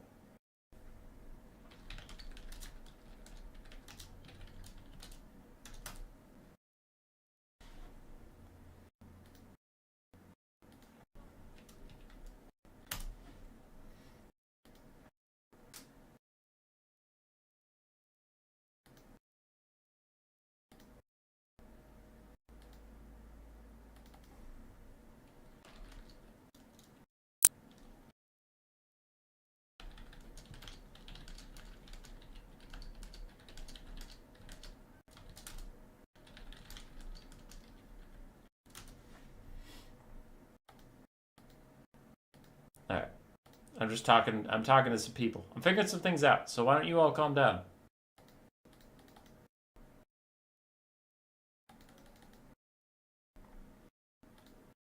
Mel and Bongo. Bongo has 1 point. Mel technically has 0, so there's nothing there.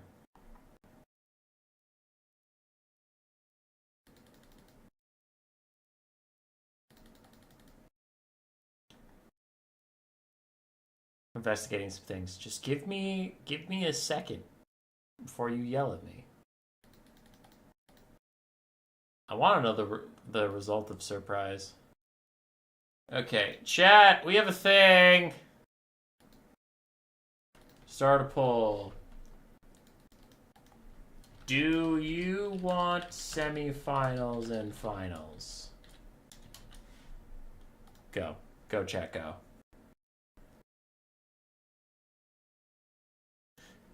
Because here's the thing.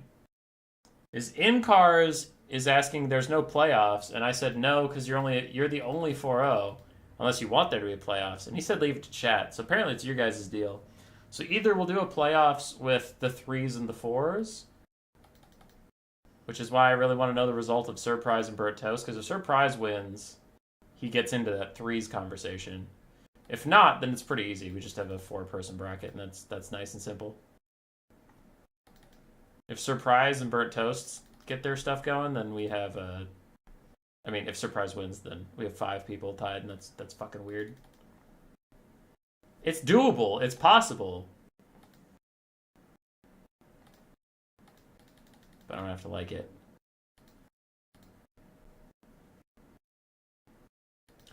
Okay, there's 20 votes for yes. I guess we're doing that. Why the short hair? Not even summer out here? I don't grow my hair very quickly anymore. maybe don't just do me like that.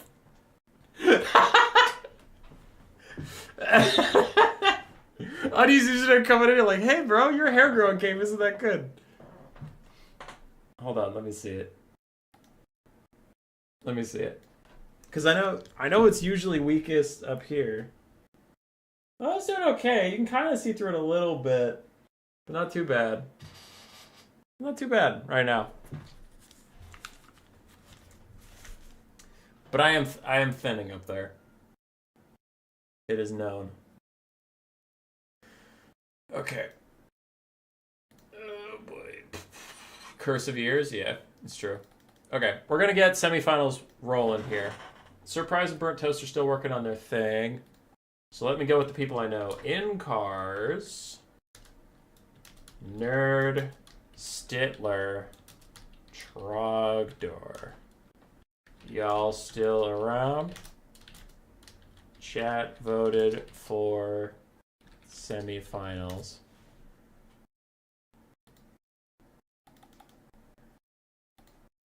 All right, Mel and Bongo finished out. Bongo got himself a dub.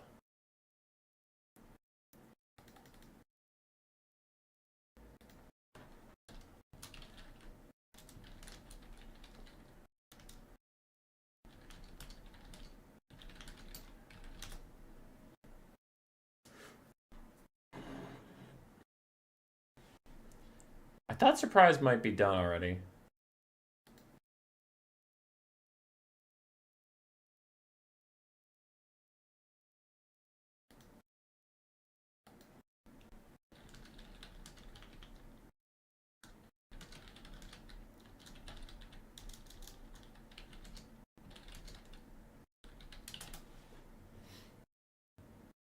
Though Surprise hasn't sent me his round 4 yet, and he's been sending me a lot of stuff. Okay. Alright, so here's what we're gonna do. Since In Cars is 4-0, we will do this. Stitler. Oh, private message. Private message, everybody.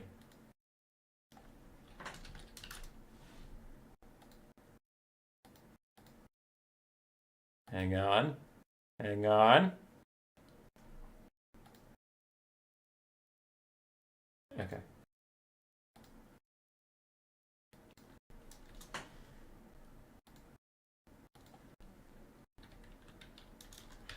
Perfect. Well, not perfect because Surprise lost. I'm not trying to be a dickhead, but... Okay, Surprise lost, so there's only 4. Simple. Trogdor In Cars, Stitler, Nerd. Bracket. Go, go, go, go, go!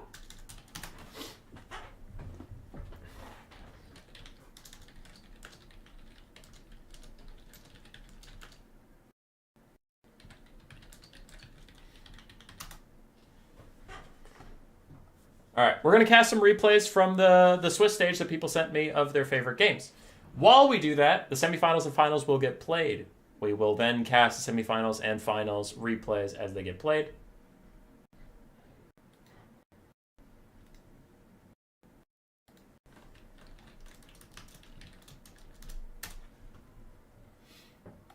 So yeah, we're going to get these semifinals and finals going. Thank you for your patience with the bracket making portion. And back to the very funny video games. We got some Warriors of Chaos and Dwarves.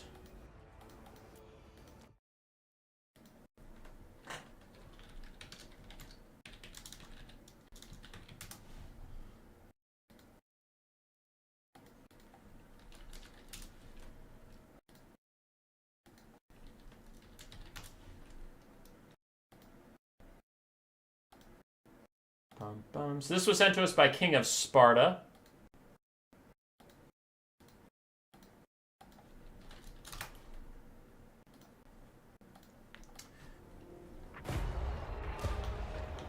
Bum, bum. Dwarves versus Warriors of Chaos. For the Warriors of Chaos, we have some Chaos Warhounds of Poison, the Knights of the Brazen Throne, Skullcrusher ROR, Marauders with Great Weapons, Marauders with Hell Scourges, Sigvald the Magnificent, Double Hell Cannon, one of which is a Soul of Damnation, and a Chaos Sorcerer of Death with Fane of Una and Spirit Leech. On the other side, for the Dwarves, we have a front line of Dwarf Warriors and Longbeards, some of which have great weapons, a Runesmith, a Master Engineer, Grombrindle the White Dwarf, 2 Bugman's Rangers, some Giant Slayers and Slayers, and then an Organ Gun. Still with 4 out of 4 models, though they just lose one as I mentioned it because Hell Cannons are going burr. They lose another one, they're down to 2 models as they shoot at the Knights of the Brazen Throne for a little bit. Muffin Master, did you miss any of my games? I don't remember. Because I don't exactly know when you were here lurking. Runesmith getting attacked by Prince Sigvald the Magnificent. Grombrindle running around. And just had to check a message real quick to make sure it wasn't about playoffs, which is fine. Anyway, the Knights of the Brazen Throne are in, fighting some Longbeards, though now they're surrounded by Slayers as I double-click, and that always makes my camera go screwy, because that's my fault. Slayers and Giant Slayers going to get to fight the Knights of the Brazen Throne. How much will it matter as the Hell Cannons rain terror on the Bugman's Rangers? Damn. Runesmith gets another Spirit Leech. And Sigvald is busy fighting Grombrindle, though the Hammer of Carrick draws is in, lowering his melee attack down to 30. Wow, minus 40 brings you to 30? Sigvald, what are your stats? Manticore Caster's going to try and catch that Runesmith, but the Knights of the Brazen Throne are taking a terrible toll in Giant Slayer violence. Organ Guns getting run off by dogs. Dwarf Warriors and Bugman's Rangers about to rout, and if they do, there are dogs to chase them off. More Slayers running around, and the Double Hell Cannon still just sitting side by side, shooting pretty. Look at that pink one. Look at that red one. Look at him go. Fire. I'll follow the volley, just fire.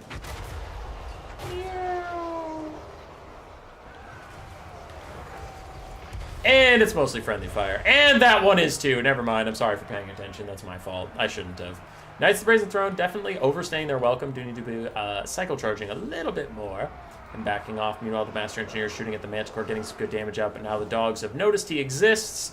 He's beset by foes. Before a Manticore probably is going to land on his face. Nope. It's going over to say hi to Grombrindle and Siggy. Siggy's doing significantly better than the last time we checked in on him. And Chaos is quite up on the balance of power. Longbeards and Slayers still fighting side by side. Those Hell Cannons, man.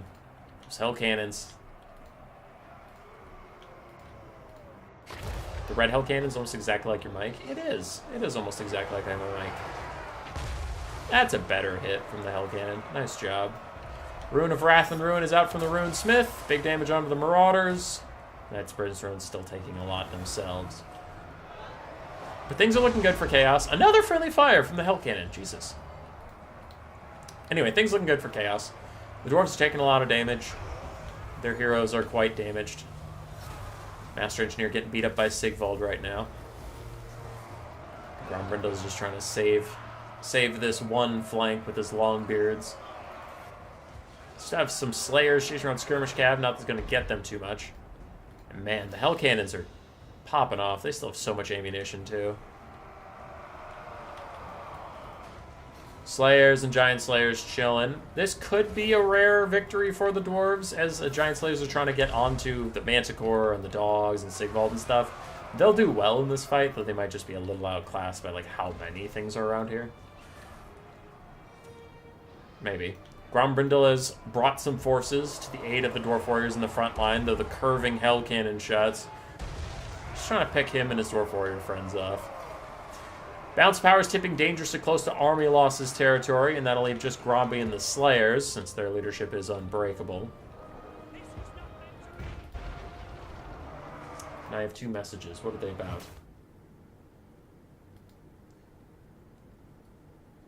Okay. Okay, it's just Flying Taco. Army Losses does hit, leaving the Dwarves all on their own.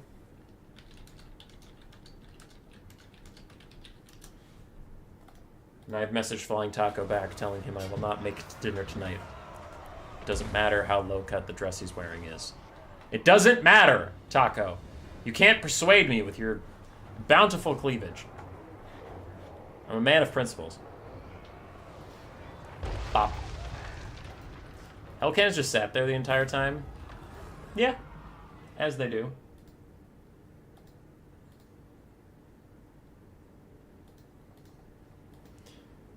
For King of Sparta, Knights, Bears, and Throne did okay. Sigvald did great. Deathcaster did great. Hellcannons both did amazing. And then the Marauders held for as long as they were needed. Dogs just killed everything. For Surprise is Dowie. Slayers mixed value. Bugman's Rangers overall got killed. Dwarf Warriors and Longbeards overall got killed. Poor Organ Gun. And that is GG. So what was this? Surprise versus Burnt Toast. So who sent that in?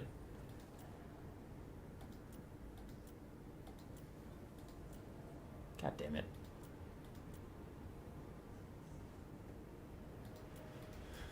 I just had it. There it is. Surprise versus King of Sparta. Okay. So there's both sides of it. So that was from King of Sparta. Dog Ruler versus the Great Steve. Oh, we haven't seen the Great Steve all day. All right, Great Steve. We do get to see some Kislev. This is at least an interesting Kislev build. I'll give him that. Light War Sled, Tempest Caster, a Drazina.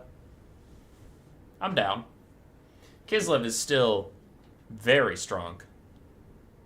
This is a decent Vampire Coast build. I think cannons suck, but they'll counterfire Little Grom okay. They can maybe harass the Light War Sled. Maybe.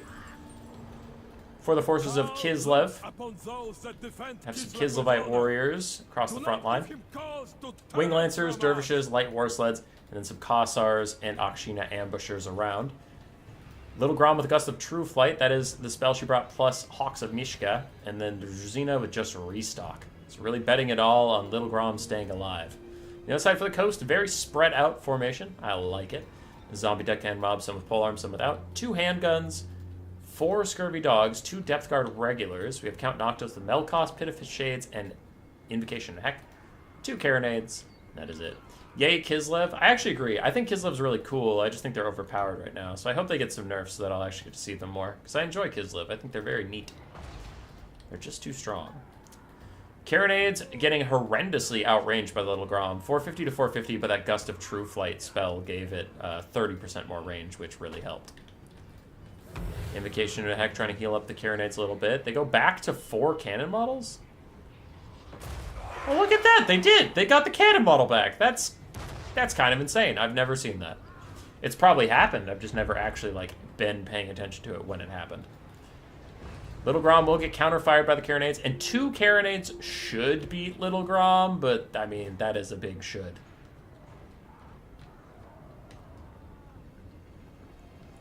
Seems brave to go all in on Little Grom when Coast can break cannons. Yes, but Coast cannons are the worst cannons in the game, and Little Grom is also still insane.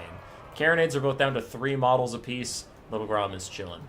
Light War Sleds kiting away from these dogs. They did get pushed off by handgun mobs for a little bit.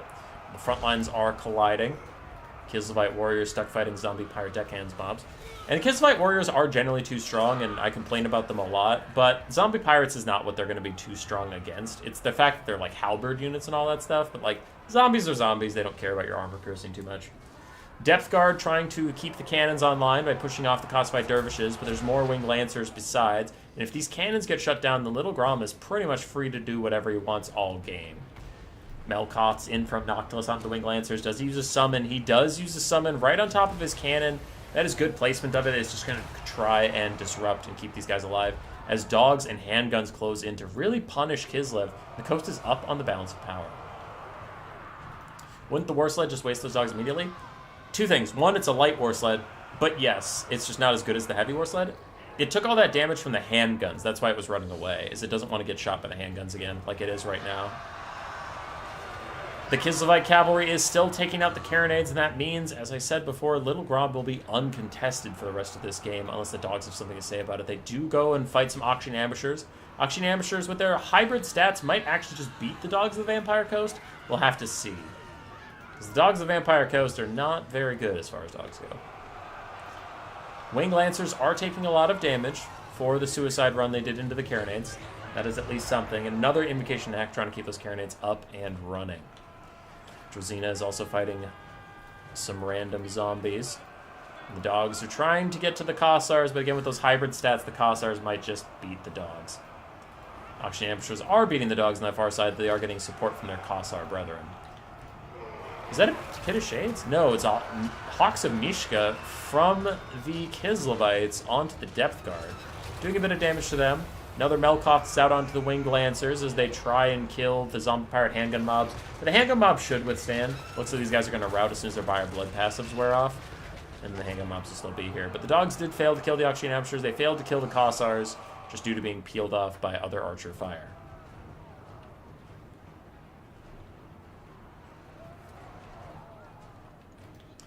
We do have one Carronade still online, still 4 models alive because of all the invocations and the heck getting thrown at it. And it looks like it's dueling with Little Grom again. But without its partner, Little Grom should win the duel. Should. Light War Sled's going to kill off some pole arms, take significant damage while doing so. The Hanga mobs are actually not able to prevail against the cavalry. Looks like there's just too much cav for them. Kislevite halberds are still here. We still have 2 healthy Depth Guard, though the Drazina has all 3. Ooh, he has 3 of his restocks, but Little Grom's back to like full health from just getting a restock now. Full ammo, I mean. So we could have like a Little Grom kite game going on. Carronade still getting shot at by Little Grom. Still have 4 out of 4 models for now. And another Hawks is trying to go through the Depth Guard. Just get these guys whittled down as Kossars shoot at them. Any Auction Ambushers? Yeah, some Auction Ambushers also shooting at them. Drazina is also shooting at them. So wow, everybody is lighting up the Depth Guard. The balance power is starting to indicate that. One of Noctilus's summons is defending the handgunners, but they can't defend them from arrows, and the Auction Ambushers are making that very clear. Carronade's down to 3 models. They fire back against Little Grom. And they've been firing at Little Grom all game. They've gotten 370 value because they miss like a motherfucker. Little Grom fires again.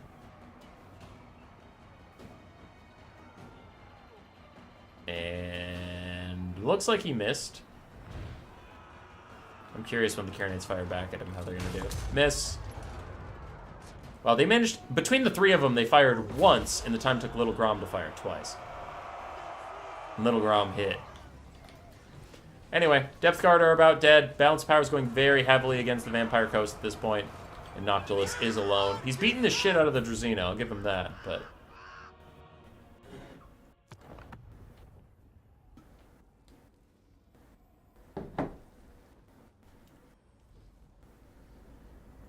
Little Grom, 1200 value.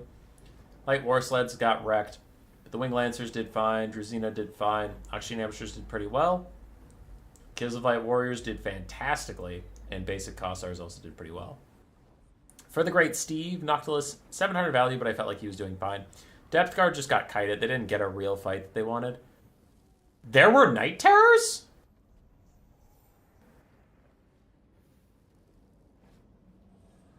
Where? I literally never had this unit on my screen. Where were they? They apparently got 660 value, but where were they? Dogs didn't get a lot of value, even though they got onto the archers. The handguns did okay, and the cannons, unfortunately, did not do very well. The Night Terrors were here. You're telling me there were Night Terrors in that game? Okay, I'll believe you. You're a liar, but I'll believe you.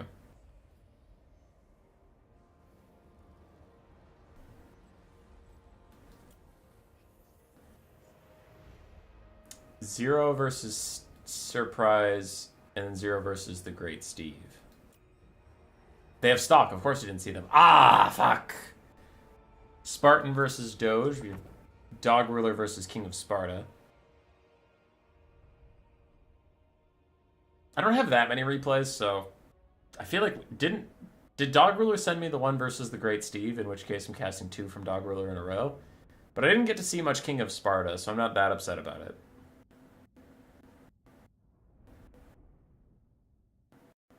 The trees. Chaff ate them alive. I see.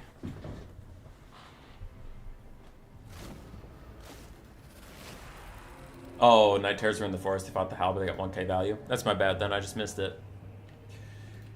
Alright, Tomb Kings versus Kislev. For the Tomb Kings, we have some Skeleton Horsemen. We have some Skeleton Warriors and Tomb Guard. Ark in the Black, Fate of Unit, Spirit Leech, Chosen of the Gods, Eyes of the Desert, a whole bunch of Skeleton Archers, 2 Scream Skull Catapults, and that is it. This one is bad. Alright. We have 3 Armored Costos on the other side, 3 Kislevite Warriors, a Little Grom, a Patriarch with his healing, and then Zarina Katerin, Heart of Winter, and Death Frost for her, Oathbrows Zator, and 2 Winged Lancers. So Skeleton Horsemen are the super light cav of the Tomb Kings. They're not even good by light cav standards, so they want nothing to do with the hyper elite Kislevite cav. As they get confused for a second, try and keep running. And they are actually slower than the Winged Lancers. So the Winged Lancers are faster and are getting the charge. That is going to be a bad time. So they will catch up with the Skeleton Horsemen and start to chew them up. Little Grom is outshot this time. He does have the Chosen of the Gods and 2 Screaming Skull Catapults to deal with, though they actually don't counterfire against Little Grom specifically that well. I still think Kislev is going to want to get into the melee as soon as possible, because, like I said, they're getting outshot, but actually, like, Little Grom could beat all these things given time, because Screaming Skull Catapults can't deal any damage to him. Bye, Shiggy Diggy. Wing Lancers finished off 1 Skeleton Horseman. They're working on the next, and some Skeleton Warriors and Tomb Guard are coming out to say hello. Little Grom continues to poke away at the Chosen of the Gods. Oh, that damage! That's some big damage. Sparkle Stalkers wander up, and the pistols counterfire into them. But they mostly ignore it. Their little snaky bodies make it hard to hit them, and then they have some missile resist on top of that, so they're getting decent shots off. But this is going great for Kislev. They've already killed 2 Skeleton Horsemen. They're fighting some Tomb Guard and stuff, but they're about to rear charge it with the Oath Brothers of Tor. And honestly, these Winged Lancers could run up and just go through so many Archers, which they definitely should do. A Fate of Unit out on the Oath Brothers of Tor. It's going to do good damage to them. It could do more if they had a higher model count, but it'll still do fine damage considering how expensive they are. These Winged Lancers are overcommitting.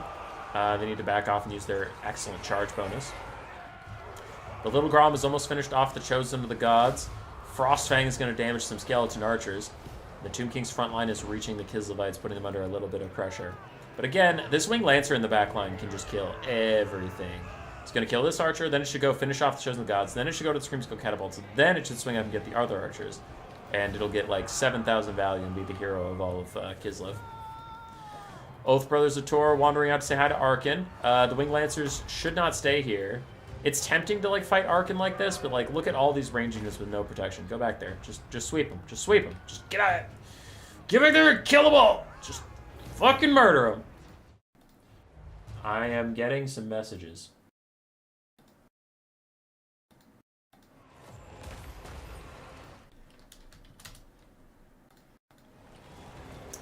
Heart of Winter is out from the Eyes of the Desert. The Winged Lancers roll through some Skeleton Warriors and push them back. Skeleton Archers continue to fire at the Oath Brothers of Tor. And the little Snow Leopard summon is just fighting against the Eyes of the Desert. Heart of Winter is not super good against this type of unit. It's much better against infantry. But the Snow Leopard is living his best life, especially for a summon to just fight the Sparkle Stalkers. It's chill. Winged Lancers getting chased off by 2 different infantry units, though of course the cavalry can just outrun them since Cav go fast and go whoosh. Little Grom has moved on to shooting Archers. And the Winged Lancers and Oath Brothers of Tor are taking them out. Kislev is pulling a little bit ahead on the balance of power. There is a new Shopti summon that is fake on the battlefield. I guess there's also a Snow Leopard summon that's fake, so potato, I suppose. Arkin continues to kite away. Staff Nagash should bring him Spirit Leech off cooldown soon, which you could use on the Oath Brothers or on Zarina. Either is fine. And the Skeleton Warriors and Tomb Guard that were victorious on the bottom flank are now rejoining the main fight. As Little Grom gets a good sideways shot down the Skeleton Archers, looks like the Patriarch's going to hop out here and have something to say about it.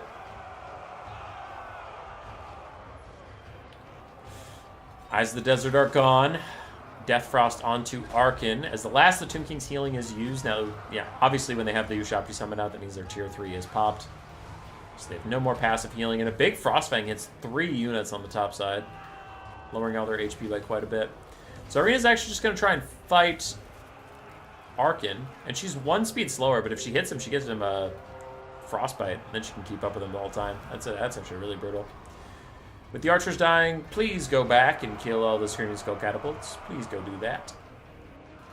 That would be most pog. The Oathbirds of Tor trying to help chase Arkin down. Archers are gone. Go get the catapults. Go get the catapults. I want to see the bounce power when the catapults get gotten, because I feel like it'll spike downwards. That's a lot of value between them, with how much ammo they still have left and their full HP. Catapult's going to try and save themselves by firing straight at the Winged Lancers. Spooky, scary skulls hit him in the face, but it won't be enough as they charge in. Bop! Out go the crews flying off their mounts. And that's looking like Kislev victory. Death Frost poking down Arkin yet again. What are your thoughts on all the birds now in the game? Birds are stinky. I don't know. What do you mean? I'm scared.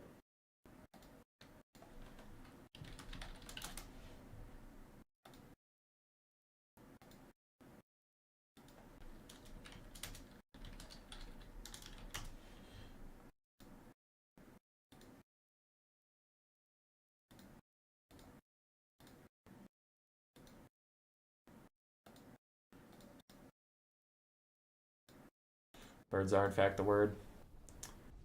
For Dog Ruler, his catapults did well. His Ushopti and his Spork Stalkers had a tough time. His archers were doing okay. Skeleton Horseman got wrecked, and then his Skelly Warrior frontline did pretty good.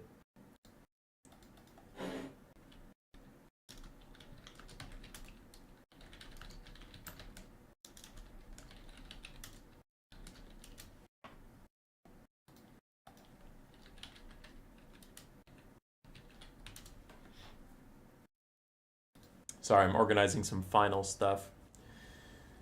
Zarina did amazing. Oathbros of Tor struggled to find a real fight that they wanted, but the Winged Lancers and Little Grom had more than enough to say about it.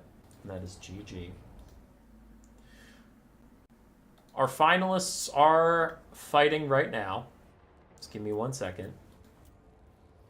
So that was that. Let's go back here.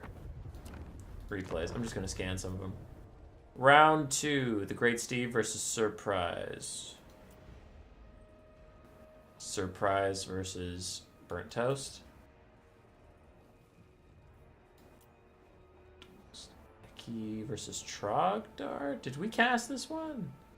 No, it just looks very similar to something we cast. And then that's the same game, so I can get rid of that. That's something. That's something. And then that's something. Okay.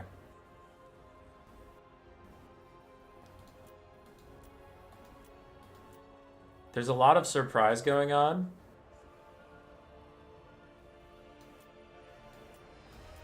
So we have some 0 replays. I'm going to get rid of this one because it has... We're casting a lot of surprise and we're casting a lot of 0, which is alright, but I'm on limited time, so I'd rather spread the love more than just cast one guy over and over again.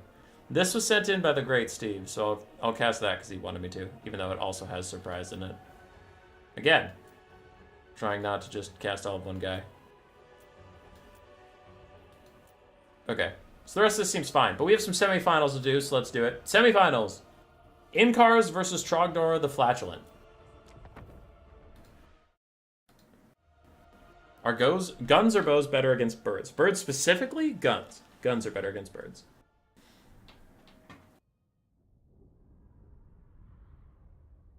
The birds, they're coming for your weapon teams. So this is a semifinal. Trogdor the Flatulent versus Inkars, High Elves, and Empire.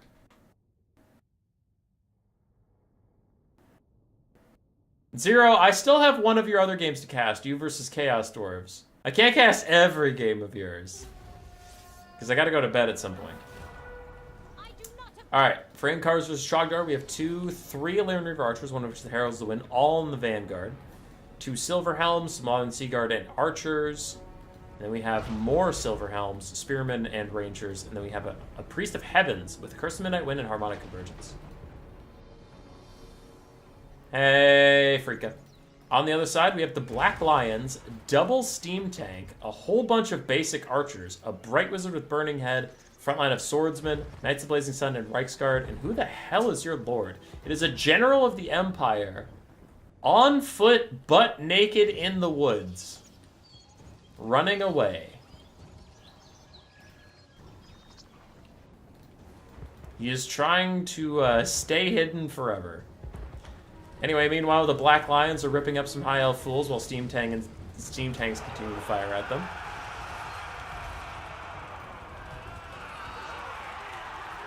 The Black Lions need to fire again. There they go. Decent damage on those spearmen. The Steam Tanks tear out off some of the High Elves. But the Silver Helms are here now. Reiksguard are going to try and charge them, but it is like 7 cav versus 2. So the Empire will have a hard time keeping their back lines online. Harmonic Convergence is out for the Spearmen, giving them 74 melee defense, which is very funny. And then that's going to be a Curse of the Midnight Wind. Less armor and less melee attack for the Reiksguard. More Silver Helms still piling in onto the Archers, though. Knights of Blazing Sun trying to hold them off as Swordsmen also run back. And the Black Lions get away from all the cavalry, but they are going to get shot by archers without anywhere to flee to. Empire's up on the balance of power, and I think that is the most fraudulent thing I've ever seen.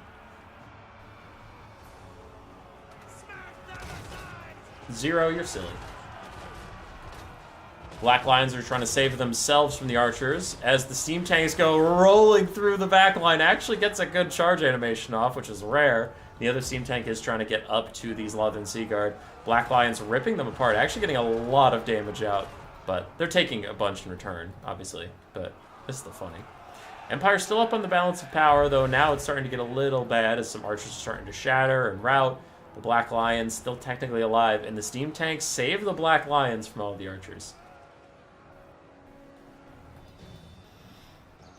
Let's go.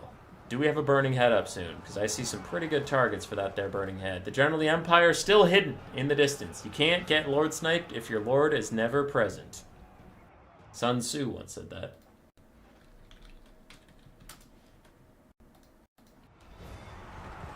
Burning Head goes through with its burnt leadership debuff and the spooky scary Steam Tank. We might get some terror routes in soon. There are some. And the Black Lions have gotten to safety. Up on the hilltop, they are firing over into the Silver Helms. Getting good damage. Now, a lot of the balance of power is in the Steam Tanks' very large health bars and all of their ammo. As we can see, the High Elves have most of their army left. The Empire is routing a lot. See if the Steam Tanks can truly carry through. We do have some Knights of the Blazing Sun pulled into the reserve to keep the war wagons online. Firing downhill into Silver Helms. Is that another Curse of the Midnight Wind? It is, but everything's terror routing right now, so take that, Curse of the Midnight Wind. And these Knights of the Blazing Sun, man, they're puppy guarding the Black Lions. Curse of the Midnight Wind does lower these guys' armor by 30, bringing them down to a paltry 130 armor. Do it. Do it. Do it! Cowards. There we go. Looks like a lot of the bullets aren't actually reaching over here. There's a big Burning Head down the line. Ooh, curve into that blob. Curve into that blob. Oh, the damage on the blob! The High Elves are all routing. The Steam Tanks are still chilling. Balance power is about pity-pity. Now these Silver Helms have gotten out of the quagmire of the Empire of backline, and they are here to kill the Black Lions at last. Say goodbye to the Black Lions, lads, because they don't have enough HP to withstand this kind of pressure. They already lose one model.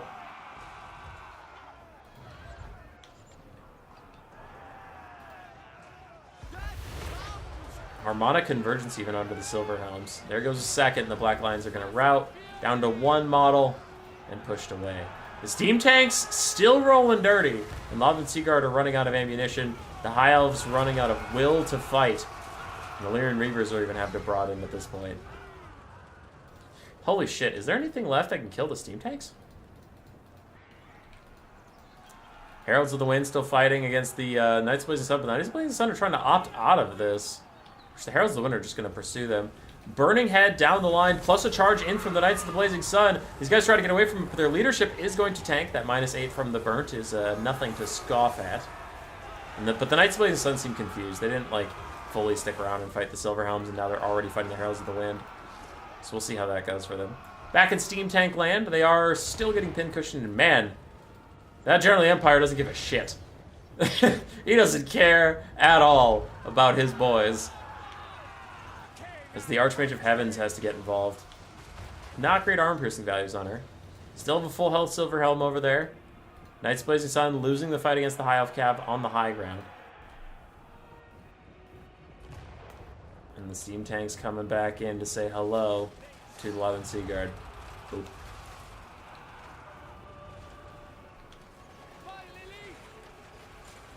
Steam tank still taking damage. I worry about the Silverhelms, like those super healthy ones that are coming back now.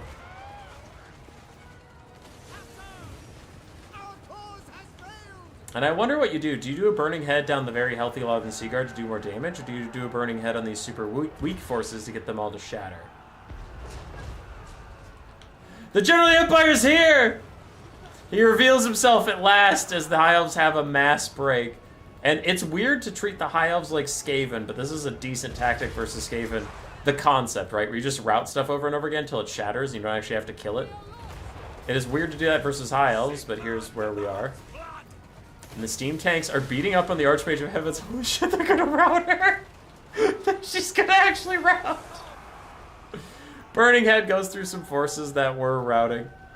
And then it curves up into this area to get a little bit more poke on the Silverhelms and stuff. Lothern Seaguard still have 4 ammunition on them. And the steam tanks are trying to help out the General of the Empire.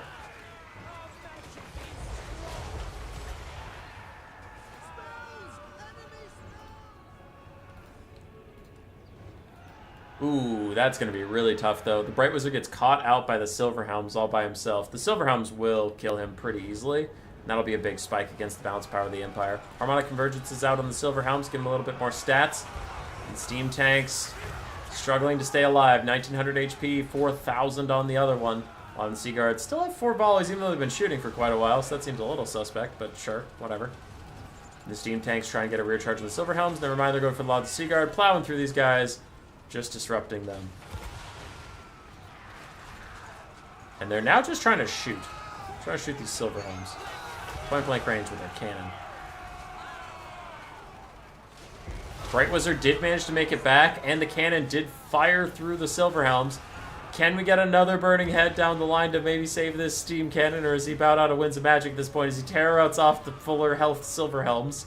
And now I'm getting actually concerned because that was the full health Silverhelm.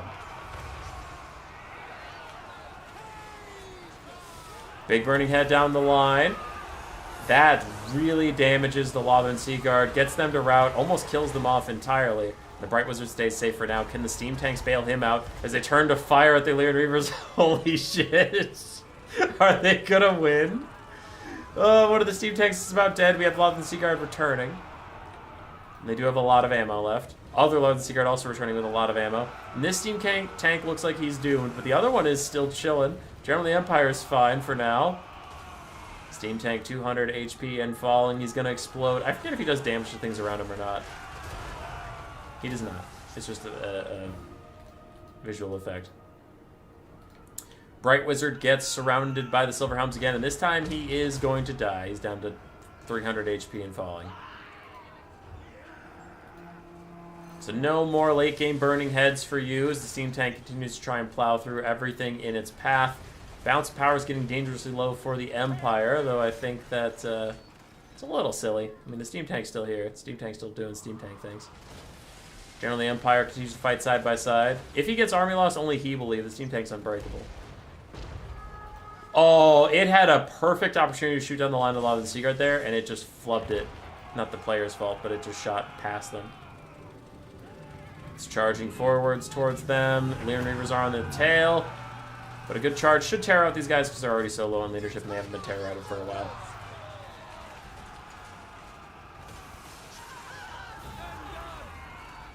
Oh, they're terror resistant. Archmage of Heavens kites away from the General of the Empire. Halves are very far up on the balance of power as more and more tattered cavalry rejoin the fight. The steam tank's down to about 2,000 HP. And they should be able to take it out at this point just by, like, attrition standards. But they did good, man. They did good. You can't really get mad at the steam tanks for this one. They did fine. As they continue to fight the High Elves.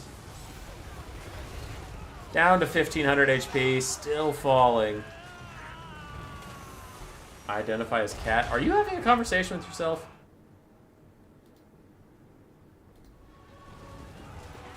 Are you talking to Meow Meow? Alright, Steam Tank gets a big shot on the Archmage of Heavens. Actually gets her to maybe tear her out? Nah, she was at 3 leadership for a bit, then she was rallied. She rallied, she's fine. Silver Helm's back in for now. Another rear charge in from the Archmage of Heavens. Down to 1,000 health for the Steam Tank. Army losses takes the General of the Empire. But the Steam Tank is not such a cowardly foe.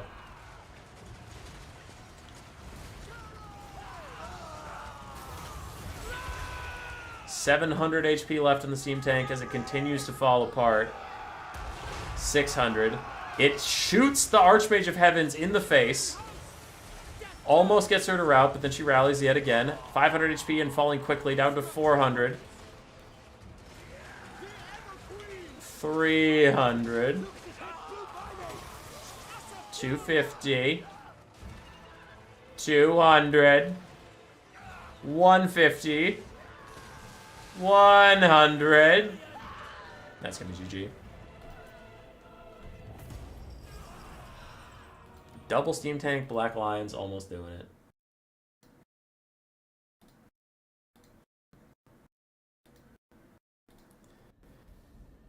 For in-cars, the Silver Helms got pretty good value. One of them got 2,000 from fighting Steam Tanks. Laud and Seaguard also got pretty good value. Rangers got destroyed. Player and Reavers did well. For Trogdar, his Lord didn't do much. His Bright Wizard, his Steam Tanks did amazing. His Black Lions honestly did okay. Reichsguard and Knights of the Blazing Sun had a bit of trouble. Archers and Swordsmen also had a bit of trouble. GG.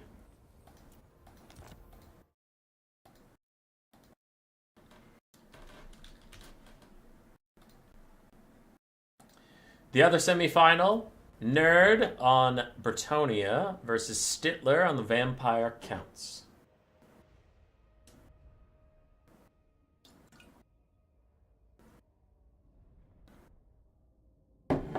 Oh, Freaka, I know you appreciate the double steam tanks. If a burnt piece of toast fell on a dirty gutter slate, would you eat it? Hammond with the $5. 1, thank you for $5. 2, that's a throwback. 3, we did another one of those interviews with Blood Penguin. And 4, no one submitted that question. And 5, yes. On the side of Bretonnia for Nerd, we have 4 Knights of the Realm. 1 Royal Hippogriff Knight, King Lewin Lane Kerr, Damsel of Life, and then some Spearmen and Peasantmen, Spearmen at Arms, Peasant Mobs, Regular Men at Arms, Peasant Bowmen with Fire Arrows. Muffin Master, it is an old reference to the dark times, like 3 years ago when I was starting streaming. On the side of the Vampire Counts with Stittler, we have Blood Dragon Vampire Lord with his Zombie Summon Invocation Heck, and then all of his combat buffs. Double Blood Knights, quadruple Vargeists, and then some Skeleton Warriors and Zombies for a front line, including the Tithe and the Königstein Stalkers.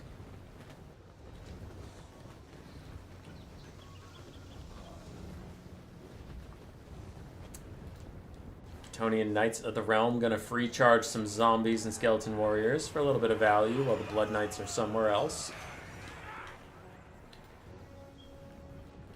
They fear nothing for now. And the Archers are shooting also for free. Just getting some free little value into the extremely cheap front line of the Vampire Counts.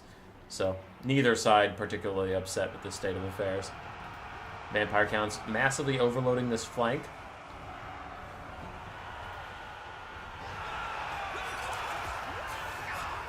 The Tithe already fighting with some men-at-arms and some peasants.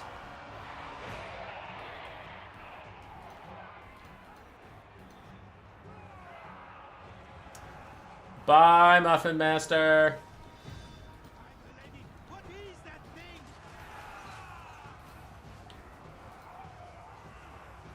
Love me some Crypt Horror spam. This is quad Vargeists.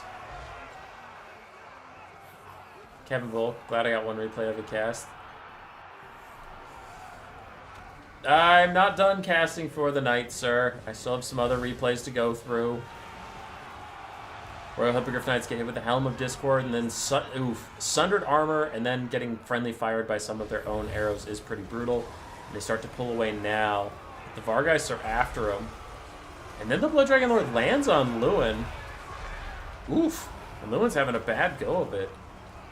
More Vargeists are coming up. Can they rear charge these Knights of the Realm to really help out the Blood Knights? This could be huge for the Vampire counts. What's the point of the zombie advance? They don't time for anything important. They just die for free. They're a couple hundred gold, and they keep the enemy front line from moving over to help with this. Knights of the Realm already terror routing away. Two of them are. Blood Knight's going to chase them off. Vargeist taking a lot of damage, but more than worth it, as the third Knights of the Realm is also going to bite the dust. And the last Knight of the Realm and the Hippogriff Knight's taking a lot of damage to these Vargeist. So these Vargeist have to commit to the fight. They have to get in there and really press this advantage. The Blood Dragon Lord is strangely losing to Lewin and the Knights of the Realm, even with his own Blood Knight support. He's getting his ass kicked by Lewin. What the fuck? Lewin, you monster. Blood Dragon Lord going to fall back now as the Hippogriff Knights are after him. Blood Knights rout off the last of the Knights of the Realm that was in this area. Another one is coming over that's already quite injured. Can the Blood Knights hold? Skeleton Warriors and Zombies still harassing some of the archers. One Vargeist also went over to make sure the archers actually get shut down. Now, the Vargeist might be needed somewhere else. We will see. Blood Knights and Vargeists fighting with the Royal Hippogriff Knights, getting really, really big damage down. Overcast Invocation to Heck from the Blood Dragon Lord heals like everybody but himself. So he just took some free damage for that, unfortunately for him. The Blood Knights still holding on. Still fighting against the Hippogriffs, though. Like, the damage seems to have stopped for the Hippogriffs. Vargeists need to peel for the Blood Dragon Lord. Oh shit, the Blood Dragon Lord's committing. Throws down a Helm of Discord, lowering Lewin's stats quite a bit, but I don't know if you have the HP to really stay in this fight, buddy. Vargeist routing off some more archers. One archer still in the fight. It is regular. It's not offering the fire damage, though, which is huge. Because fire damage obviously lowers the healing of all these guys. Knights of the Realm getting eaten by Blood Knights. Vargeist plus the Blood Dragon Lord fighting the Hippogriff Knights in the sky. Get some big damage down. The Hippogriff Knights are down to half their models. But Lewin's back in the fight on the Blood Dragon Lord, who is overstaying his welcome. He is going to get away. Gets it at one-man Invocation Heck. That's perfect. Needs to loop back around, get near his Blood Knights, and then land in them. As the Vargeists get finished off by the Royal Hippogriff Knights. And I don't know about taking this fight. We have Heart Piercing, we have the Sword of Antiheroes. I guess that's why he's taking it. He's just almost 1,000 weapon strength. And he has his own support versus Lewin.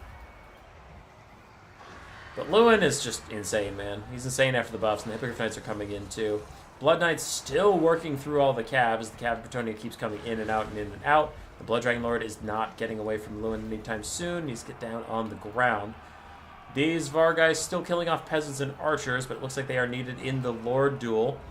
The Blood Dragon Lord lands in his own Blood Knights to get to safety. He needs another Invocation Heck as soon as it's off cooldown for himself. If he can heal back up, the counts are actually in a decent spot. Though actually these Vargeists just sitting here fighting peasants is not worth their time, unfortunately. They need to back off.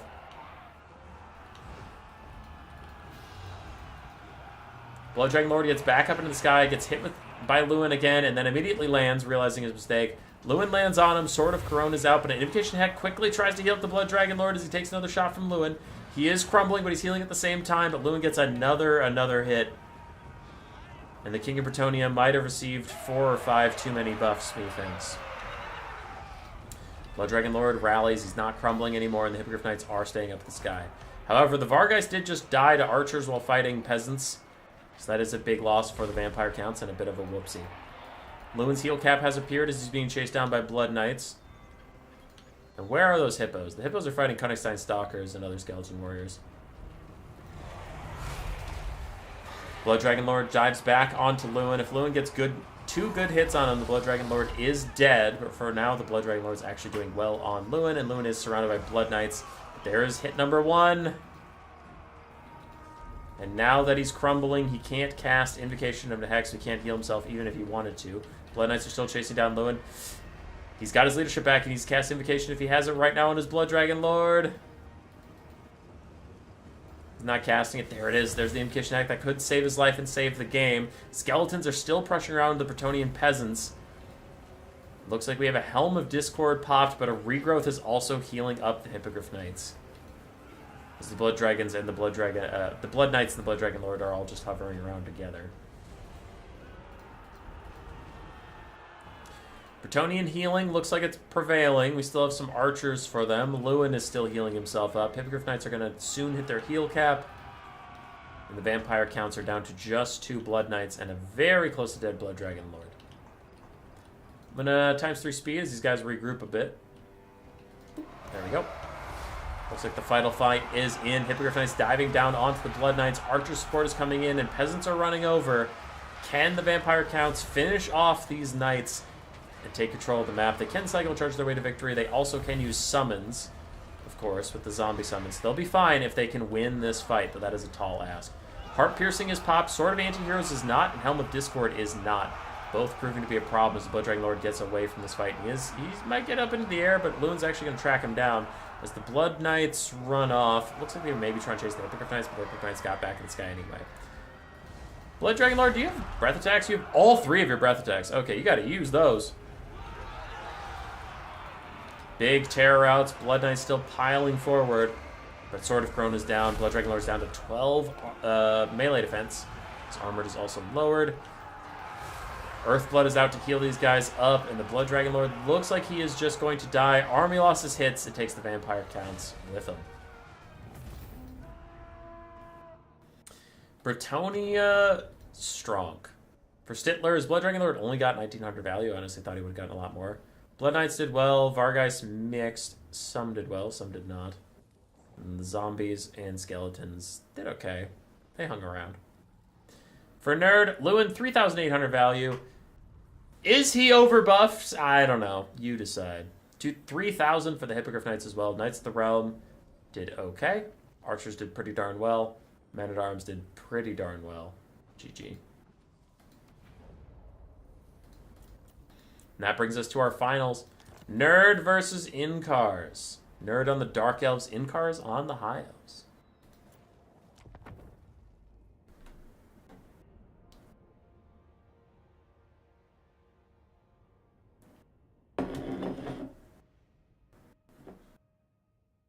So this is the finals. Incars has not lost a game yet tonight. Nerd lost 1.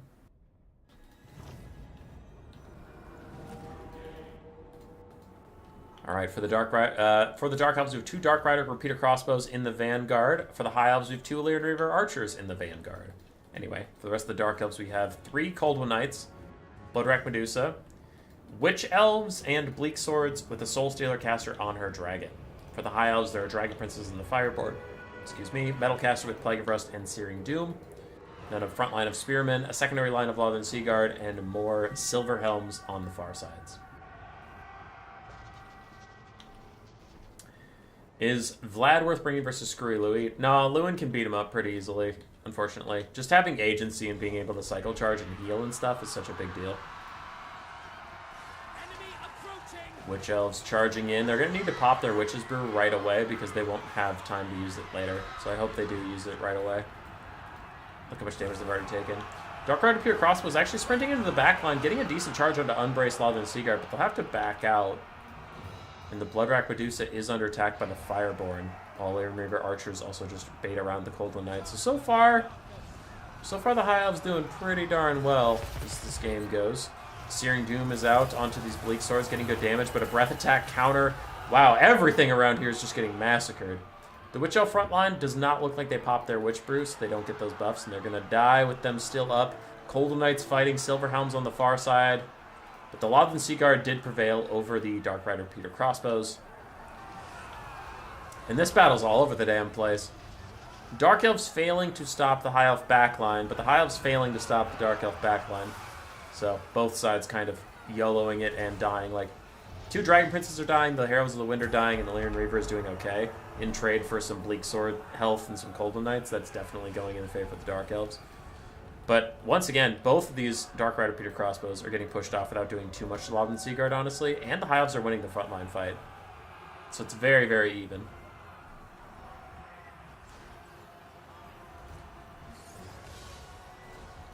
Fuck you, coming in with the good. And the Dark Elf Dragon Lord did abandon this fight, so the High Elves are kind of getting a second wind in as they charge back in with the Dragon Princes and the Heralds of the Wind. They are killing some stuff off, but the Blood Rock Producer is trying to make him pay for it. Dragon Lord lands on the Lyran Reaver archers that are still around, gets a good hit onto him. Looks like it's going to get a follow-up hit as the Blood Rock Producer also hits them. So good stuff there for the Dark Elves. Elsewhere, we still have Coldland Knights fighting with Silver Helms and stuff. The Witch Elves that aren't dead yet are killing a lot of things, and other Coldland Knights are trying to help out the Loud and Seaguard. Still have 2 Loud and Seaguard, very healthy and very much alive. Now firing into the oncoming reinforcements for the Dark Elves. The Dark Elves are slightly ahead on the balance of power, I would tend to agree.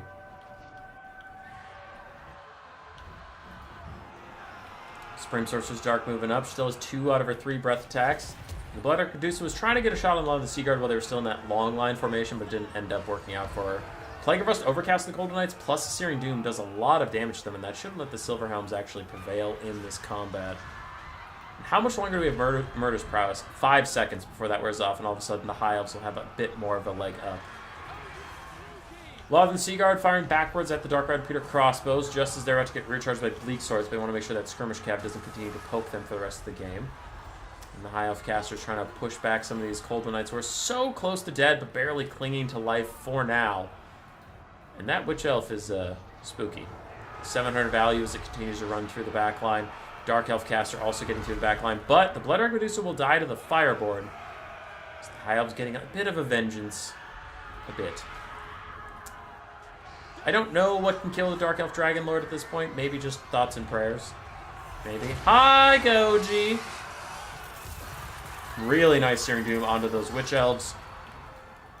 And Silver Helms could get a rear charge on these guys after they took that much damage. Their leadership could be shocked down. Goji, you ready to be on my team for a 2v2 campaign in like 12 hours?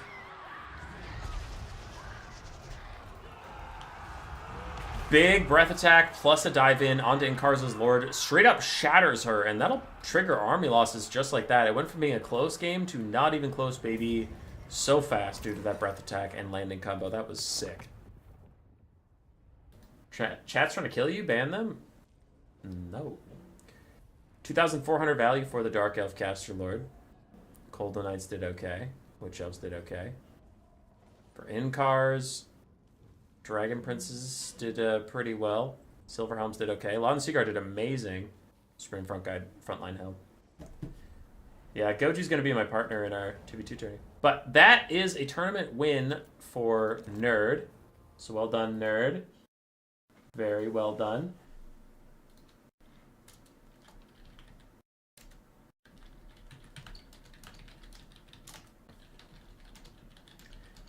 If you're thinking about leaving, hold on a second. Because I'm still going to cast these replays that were sent to me. I just need to go figure one thing out. But I'm just telling Nerd, congratulations. So Nerd won. We have some other games to cast, but I'll be right back. So hang on.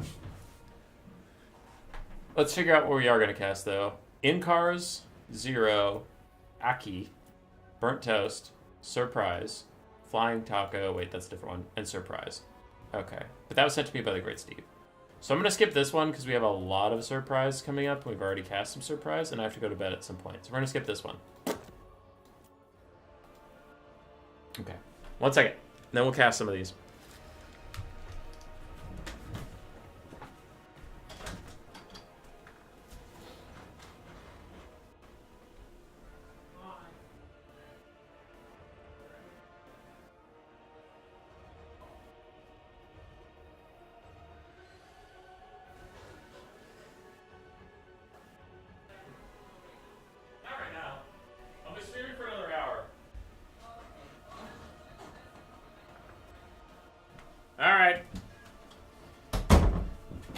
Alright, for everybody who left, fuck you. Grace is casting the next game. I'm casting a game, then Grace is casting a game. We'll have her cast High Elves versus Skaven. Is that in-cars? Yeah. Okay. I've cast some in-cars games, so he's not going to feel bad that I'm skipping him. But Grace is casting the next game, everybody. Get fucking hyped. We have the Great Steve versus Zero.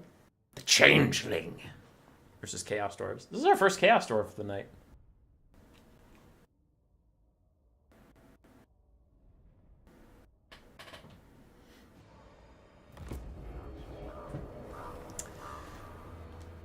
Okie dokie. For Tzeentch, we have 2 Centaurs of Tzeentch. Looks like a third in the distance. 2 Screamers of Tzeentch, one of which is a Shrieking Skyrays ROR. 5 Zongors, a Changeling, and a Cultist of Tzeentch with Fireball and Cascading Fire Cloak. On the other side, for the Chaos Dwarves, we have Chaos Dwarf Warriors, Goblin Laborers, the Blazing Beards of Bosrock, more Chaos Dwarf Warriors, 2 Bull Centaurs with great weapons, 3 Hobgoblin Archers, and a Death Shrieker Rocket Launcher with Astrogoth to lead them. I like that the Tzeentch build is almost all Beastmen. It's true. Centaurs get a good charge on the Bull Centaur Renders, and Bull Centaur Renders don't rely on armor like a lot of cavalry do, so the Centaurs of Tzeentch are actually going to get really good value down.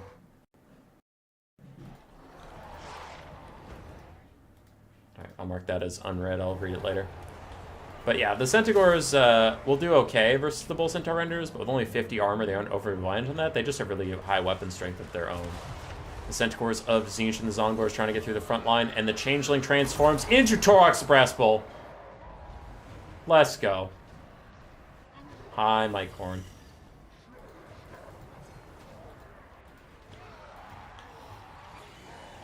Bull Centaur Renders fighting against Screamers. Screamers should trade pretty well there, but with Hobgoblin support, that'll be a little tougher. The 2 Centaurs versus 1 Bull Centaur Render. The Centaurs are going to win, and they get into the back line. But in comes a big old Hellhammer from Astrogoth. I didn't even know you took that spell. Damn, it went down 2 Zongors. Actually, a Zongor and a Centaur with great weapons. Shrieking Skyrays dive into the Hobgoblin Archers, but other Hobgoblin Archers are going to try and peel them, so the backline is a little compromised as Toroks and the Zongors try and push through. It's bold taking Toroks versus specifically Chaos Dwarfs, though, because they have a lot of fire resist, like a lot of fire resist, so he is a uniquely bad lord versus this specific faction. But okay. Chaos Dwarfs are having problems in their backline. Looks like all of their Hobgoblin Archers are routing, and balance of power is slightly Tzeentch favored. Before you factor in that the Death Shrieker Rocket Launcher is a ton of balance of power that's just waiting to be grabbed by the enemy. Toroks is chasing down Astrogoth, while Bull Centaur Renders, the one that is still healthy, is getting chased by a Screamer for now. Toroks needs to take a fight to the Death Shrieker Rocket Launcher as a Fireball goes past him, hits this thing, and there we go. Now Toroks will dive back in on it. Chaos Dwarves still holding the front line okay, but their back line is a disaster. The Death Shrieker Rocket Launcher is getting trucked on by Centaurs and the Changeling dressed as Toroks. Astrogoth is once again in distress. Screamers trying to finish off the Bull Centaur Renders. Hi. Hi. You about ready? Okay. Well, this game will end soon. You can pull up your chair and get the sheet off of it. The sound quality will go way down, but that's okay. That's okay. All the animals are in here, too. That's exciting. That's something I didn't sign up for. Alright, Centaurs of Tzeentch and Screamers back in, chasing down the Bull Centaur Renders. Astrogoth still getting chased around, but it is looking all but ogre, folks. Oh, my office is much warmer than out there. I can feel the wind coming in. I have a kitty! Hi, kitty! Balance power is tipping heavily against the Chaos Dwarves, and I definitely agree. I do not see what they can do from this point, as they are just some armored infantry running around. And there's a kitty on my desk! I can't see the screen anymore, kitty. That is not nice. He wants to cast it.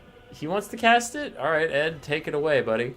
As I slowly watch armored infantry being killed, and Toroks plus the Centaurs of Tzeentch chasing down Astrogoth. Quick little bolt of change, does some good damage to him. Armels is going to hit. And I have a kitty in front of me. Moco. What is happening here? Oh, Hi. he just Hi, wants buddy. your love. Buddy, you are right in the fucking screen. Okay, so for Zero, hi, bud. The Changeling did fine. Centaurs of Tzeentch were the real heroes. And Zongors did well. For the Great Steve, Astrogoth did fine. Bull Centaur Renders did okay. Hi. Hi. Hi. And Chaos Dwarfs did okay. What was that? Okay, so there's a cat in the way. Grace is here, and it's her turn. Is my friend still in it? Is your friend? The tournament is over. Who did you root for again? Burnt Toast. He did all right. He did all right. He didn't win, though. No, he didn't. Neither did Stittler. You know who did? Nerdist? Nerd. Damn yeah, it. Yeah. You should have gone with him again. I should have gone with that. All right. So here we go. You're casting In Cars versus Burnt Toast. Hey! Versus Burnt Toast. Burnt Toast. Burnt I Toast see is you. playing the rats. What am I doing? Okay, so Why? take this. Okay. I'm switching places with you. Oh no. Scoot up. This is a bad idea. So scoot up. Yeah. Now the cat's in your way. Come Okay. here, little poo. There we go. So the controls are WASD moves the camera, Ah. Okay. and then Q and E rotate the Okay. camera. $5 for Grace. Does he have a Aw. shirt with his channel name yet? If so, if no, why not? I don't think he does. He Okay. should. Now you Make just some have merch. You just Yeah. have to tell the people what's happening and what's a good idea and what's not a good Okay. idea. So what's the green again? Green is like the person that's on your quote unquote team, but it's the High Elves. The High Elves. Those are Skaven. Those are Skaven. Yeah. So everyone's running at each other. I That's- see that That's good. happening. I That's hear good. some ethereal music in the background as well. That's really good. You're doing great And analysis. that guy. Oh shit! Now that missed. I think. That missed. Did it? Okay. Yeah. You see the birds? Yeah, that one's flying over there, and it looks. Oh god, these ones are coming in hot. Look at them go. They do love coming in hot. They're way in the back though, so they're not really doing it. Oh, Oh. that missed again. Uh-huh. Uh-oh. So I get the sense these guys are doing better. They're moving straight. They are as moving a, straight. As a group. That seems smart. Uh-huh. There's a lot going on in that back area you said wasn't important anymore. Over here. Oh, where are they Look at going? all those guys right there. Oh. Why are they all fighting? Oh, I didn't even notice those guys got in there. Yeah. Oh, wow. I know. That's something going on. And oh, that's not nice to hit. Oh, they're retreating. They're running away. They Yeah. got scared Well. because there's a lot going on. Okay, so now we're shooting some more, and that seems smart because it's hitting. It's like raining down on them. I think that's a good idea. What is Ikit Claw riding? This? He's the bad guy. How do I zoom in? You're This? getting... Oh, no, over to the right. Oh, Go right. Go find Ikit. What's he in? a dinosaur of some sort, a big rat. I don't know. He's in a doom wheel. He's in the smoky Oh. cloud back there. Look at his doom wheel. Okay, so now these guys are coming forward, and they're gonna try to come up. Oh, we're doing some more shooting. There's a lot of shooting. There's some magic going on over here. Some sort of weird Oh! Oh! She got hit. Jesus! Yeah, she got hit with lightning. She didn't like it. Lamb Okay, Sauce now King now said... it's just chaos. I don't even know who's who at this point. I know. Chat's talking to you. Lamb Sauce King asked for Oh, Grace. I Does see he have that. any Skaven plushies? He does, that I think are for someone else. For the tournament. Grace Hummus is mean to us. Tell You him. What. mean? I'm always mean. Oh my. Oh, there's blood on the ground. There might be is- people dying. Jesus Christ. Look at that Okay. little rat wiggle. Look at him wiggling back. Oh. Okay, so now they're all, it's just coming to a head. I mean, look at this game you all are. Whoa! Jesus! What is that? It's a giant burning skull. My God! Okay, well, that just obliterated a bunch of them. There's something going on over here. It's a bird. I don't think that bird knows what it's doing. I mean, it killed some guys. Look at all the cannons it broke. It Oh, broke that one and broke wow. that one. And now the big rat's behind it. Ah! Use the mouse. Oh! Use the mouse wheel. He Get in there. Vomited on it. He did vomit on it. He loves vomiting on it. And these guys are just... They're just standing there. Yeah. They're taking a lunch break The- while this happens. He's vomiting. What's happening? That's like his thing. He likes What's going on vomiting. over here? More rats are dying. Wow. Yeah. Burnt piece of toast fell on a dirty gutter slate. Would you? I don't know what that means, and I'm not going to respond to it. But thank you for the $5. Oh, wow. Okay, so they've retreated.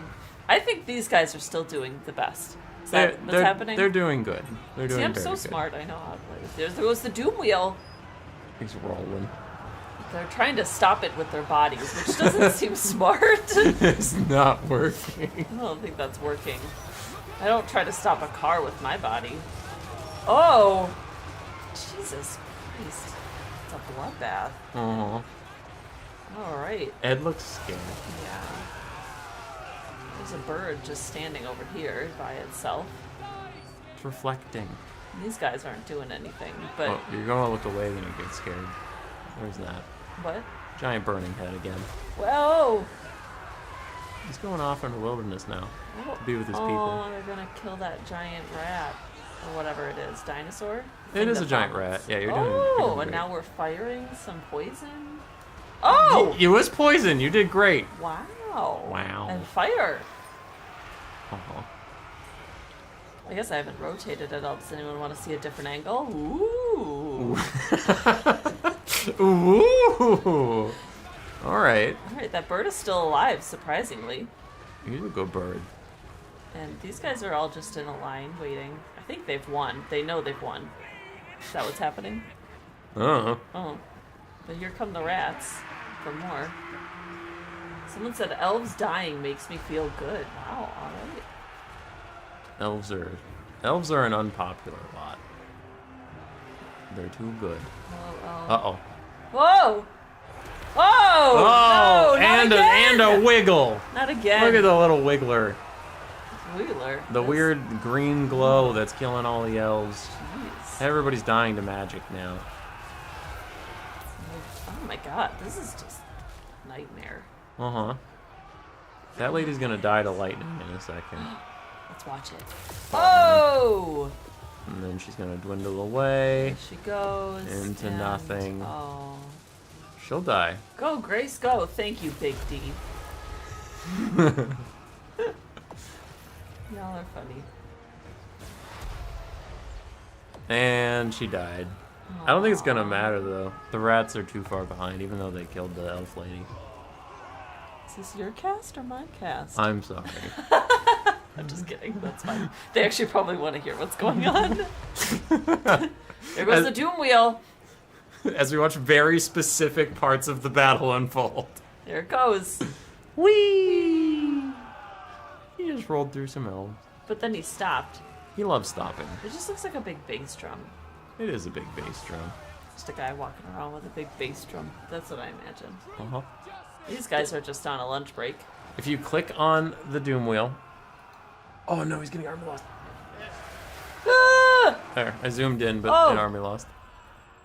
There's the So Doom who Wheel. won? The elves. Yay! Yay, elves! Who was playing the elves? Was In it Burnt cars. Toast? No, Burnt Toast was the Skaven. No, Burnt Toast. Now this is content. They get it. It is. They understand. That is content. Well, I hope you all enjoyed that very non-educational cast that probably didn't teach you anything about anything. But it was fun. It was fun. We had a good time. You did great. Grace is better superior caster than Rat Boy, yes. It's true. That feeling when Grace thought hubby was just playing with toys to find out this game is incredibly gory and brutal. Oh, I already kind of knew that, but That's true. yeah, that's true. That's true. Moo Cow cast next game, and then Hazel. Little Pooh, is it your turn? Who We love Grace Who would he Cow. root for? Ogres have cats, so he'd root for ogres. What would Hazel root for? Corn, because corn has the most dogs, and its name is food. Corn? Corn. It's spelled with a K-H, but yes. What is it? It's the blood god, the god of violence and blood. Jesus. Uh-huh. But he has a bunch of dogs. Yeah. All right. All right. Good Good job, everyone. We love Grace content. Thank you again, Big D. My #1 supporter right there. It's about time you got some Big D in your life. Jesus Christ. Okay, we'll count. Oh! Alright. Enjoy the rest of the stream, everyone. Okay, goodbye. Alright, friends. Get the hell out of my office, all of you! Let's go. Get out! Get out! Oh, Luca wants to stay in. All right, buddy. Welcome back. Okay. And he wants to leave again. I'm back, everybody. I'm back. For in cards, if you actually want my input, the double Frostheart Phoenix is pretty good versus Skaven. I would prefer one Frostheart, one Flameheart, because the Flame Spire. Flame Spire Phoenix with its own self-healing is pretty strong, and you can just use the Frostheart for the debuff aura. But the debuff auras don't stack, so if they ever end up next to each other, it's kind of meh. Otherwise, the build is fine. I'd probably cut one Spearman and get more archers, because if you're going to have this kind of build, for High Elves to beat Skaven, you need to be extreme, and your build is kind of like a lot of archers and then some flying disruption, which is fine, but just like, you don't need as much of a Spearman frontline to slowly walk at them and do nothing. So cut one, get another archer, and just really lean into what your strength is there. For Burnt Toast, if you actually want my feedback, build is okay. I've stopped taking Ica Zap Zap in this matchup, though, because the High Elves either their caster goes invisible a lot with one of their items, or they put them on foot, or they just dive your thing with Illian Reavers and whatnot, so I've ended up cutting it. So I'd probably cut the Orb Lightning Cannon. Downgrade your Clan Rats to Skaven Slaves. That's actually a big piece of advice I'd give in this specific matchup, right? Clan Rats are better than Skaven Slaves in most matchups, but High Elves, they're going to have such better stats than you. Clan Rats aren't going to do anything anyway. So if you're going to have an infantry that does nothing, pick Skaven Slaves. High Elf Spearmen take forever to kill them. And like I said, Clan Rats also aren't going to beat Spearmen, so what's the point? So downgrade most of your front line to Skaven Slaves, and then change a couple of them to either Plague Monks or Storm Vermin. And just, like, get a couple infantry that can actually get something done if you're just going to Jaff. So, yeah. There would be my actual thoughts as I was watching Grace cast that. We have a couple more games. Let's power through them so I can get to bed. How does that sound? We have 3 more to cast. Dark Elves versus Wood Elves for Akiryoshi and Trogdar. You wanted them separate? It's fair enough.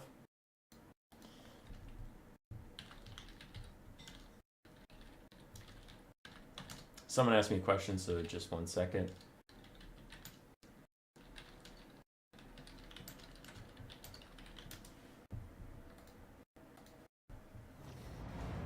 Did you see the new Age of Sigmar trailer yet? No, I did not.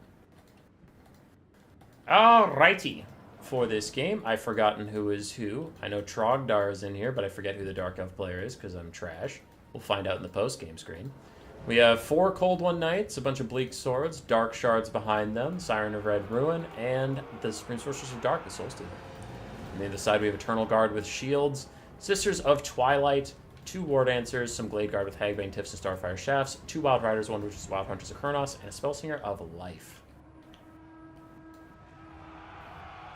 Lol guy, got it. You're the Dark Elves. All right, you can say it was very close, but don't tell us who wins because that's spoilers. All right, the Dark Elves pile in onto the Wild Riders. Meanwhile, the Dark Elf caster lands in the backline, just causes some disruption. Does get a nice 3-for-1 Soul Stealer, though I am concerned she did land directly on the Wild Hunters of Kurnos with no support for herself nearby. Dark Shards get attacked by the Wild Riders in the backline, so 2 out of our 4 Dark Shards are already shut down. The others are trying to fire in. It looks like they're firing at the Life Caster. They might want to go for some of these more standing targets. And the Cold One Knights on the far side are sleepy. They need to get involved in the fight. Nice breath attack in from Trogdar from the Sisters of Twilight down the side of these Bleak Swords, and a follow-up arrow gets them routing. And a Dwellers Below from the Wood Elves going to slap these Cold Knights. So far, everything is coming up Wood Elves. Wild Riders also taking some damage from the Dwellers Below, but actually, I don't think it causes friendly fire yet, so it's just the Cold Knights slowly beating them up. Dark Elf caster stuck fighting this lady. But the Wild Riders in the backfield look like they've taken significant damage from the Dark Riders and getting shot by the Siren Red Ruin. Now she's even dove into them. And here comes Murderous Prowess just in time to maybe help the Dark Elves drag this game back. Blade Guard firing sideways down Dark Riders, and the Wild Hunters of Kurnos take a big charge onto Cold One Knights, but the Cold Knights are buffed up. They're buff lads from Murderous Prowess, so they won't go down easily. And it looks like the oversaturation of heavy cav from the Dark Elves is proving to be a little more than the Wood Elves can deal with right now, as they have Eternal Guard just chasing after Cold One Knights for now. Most of the Dark Shards are dead as War Dancers get to them. And the Dark Elf caster is falling back from the Sisters of Twilight. And man, this Wild Rider refuses to go down. Earthblood out to heal the Sisters a little bit more as they chase down the Dark Elf caster. Wild Hunters of Kurnos trading about even with Cold One Knights, which is a favorable trade for the Cold One Knights. For sure. And the last healthy Dark Shard is firing in on the Wild Riders. Dark Elves are really trying to secure a little bit of a mobility advantage so that they can cycle charge their way to victory or something. Or something. It has new Skaven units, which are pretty cool. Okay. It's also Age of Sigmar. Dark Elf caster lands on the Glade Guard with the Hagbane tips that were supporting the Cold One versus Wild Hunters of Kurnos fight, and the Sisters of Twilight going to push the Dark Elf caster out of here. The Siren of Red Ruin is trying to get in the back. She causes terror, right? Yeah, she can terror out these Eternal Guard soon. The Cold One Spear Rider is going to try and get the Spell for life. She is on a horse, so they get their anti-large versus her. She's also rather swift and gets behind some spears, luring the Cold One Riders into death. Cold One Knights, my bad. I guess it's not inaccurate to call them Cold One Riders, but it is disingenuous. Bounce power tipping against the Dark Elves, as some Dark Shards are still firing. The Supreme Sorcerer's Dark is falling back. The Sisters of Twilight are like full HP after getting a couple Earthbloods here and there. They get off the ground and taking a little bit more damage. Oh, Dark Elves, what are we going to do? Most of your Cold One Knights are extremely damaged. For the Wood Elves, I guess they only have one healthy Eternal Guard, and then a healthy Glade Guard that literally just got wrecked as I was saying that. So I suppose the Wood Elves aren't looking that hot either. Bleak Sword's going to fight the Wild Hunters of Kurnos while a rear charge from Dark Elf Sorceress pushes them away. And I believe she should just about approach her heal cap this game, because I haven't seen any Soul Stealers used while she was full HP. So just by the amount of Winds of Magic you have in a game and casting Soul Stealers, she should be able to heal cap off of it just about. Wild Riders in the backfield going to get peeled off by Bleak Swords, allowing Dark Shards to come back into the fight. Another Earthblood is out from the Spellsinger of Life, but the Bloodrack Medusa is here, going to fire sideways into the Sisters of Twilight. A little bit of damage. Ooh, but the Dark Elf caster has to get off the ground. She's dealing with some Eternal Guard and a charge in from the Wild Hunters of Kurnos. You're going to need a Soul Stealer and soon, my friend. But a rear charge from the Cold One Knights. So you rear charge me, but then they rear charge you. But that is going to rout the Supreme Sorceress of Dark. And that is a bit of a disaster for the Dark Elves. They have some Dark Shards coming back in here and there. Bleak Swords also coming back. So the Dark Elves have some tattered forces rejoining the fight. The Wood Elves only have this one Eternal Guard at half HP for, forces that aren't a single entity. But their single entities might be able to just carry this out. Supreme Sorceress Dark, 43 HP. The next arrow from the Sisters of Twilight will take her out and cause a leadership spike that the Dark Elves will not recover from, most likely. When she dies, these two Dark Shards are going to rout for sure, and then our Cold One Knights are also going to start to just leave the fight of their own volition. Siren Red Ruin pushes off the Spellsinger of Life. She's terror routing. She should be able to come back and then heal herself up with the Earthblood and be fine. Dark Elves are ahead on the balance of power, though I must say I don't agree with the state of the battle being that way. Wild Hunters of Kurnos fighting against the Cold One Knights. Cold One Knights barely clinging to their leadership, but same could be said of the Wild Hunters. We still have some Bleak Swords that could largely be ignored by the Wood Elves. Oof, whatever the hell that was, just a lot of damage.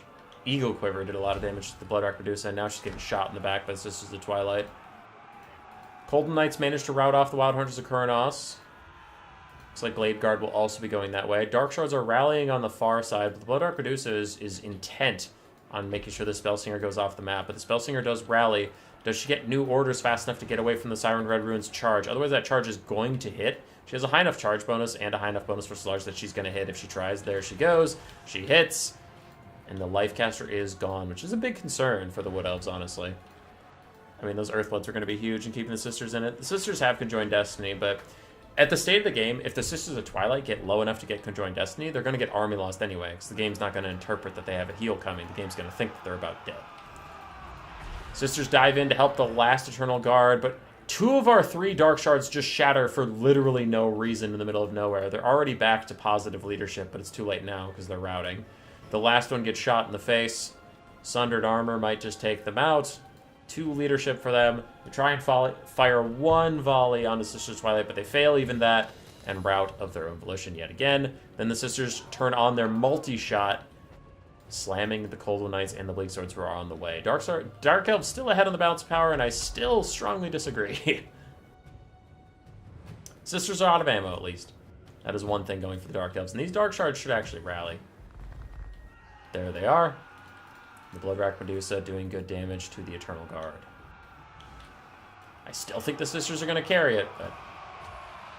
Big breath attack in from the Sisters. Delete that Bleak Sword as the Siren Red Rune does the same to the Eternal Guard. Both sides lose all of their infantry support.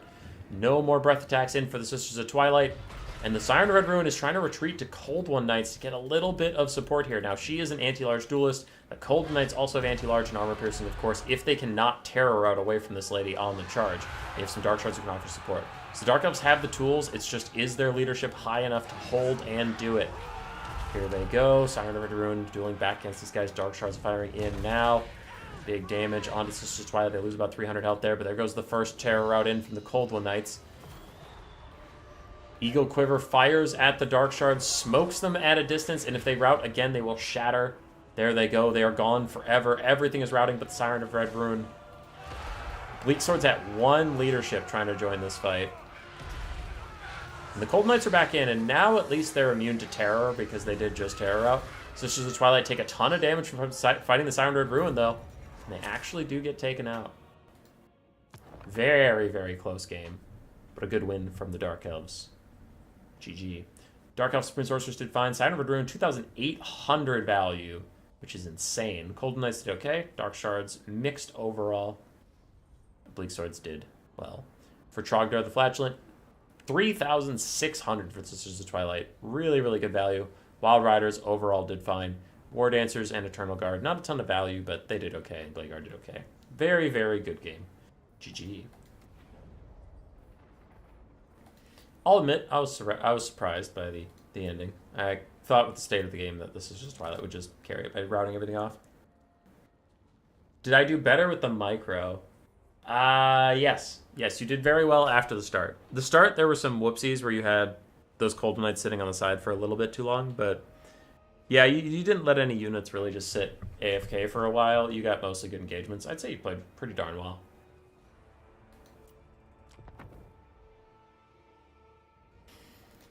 Burnt Toast versus Corvus Glaive for a second to last game of the night.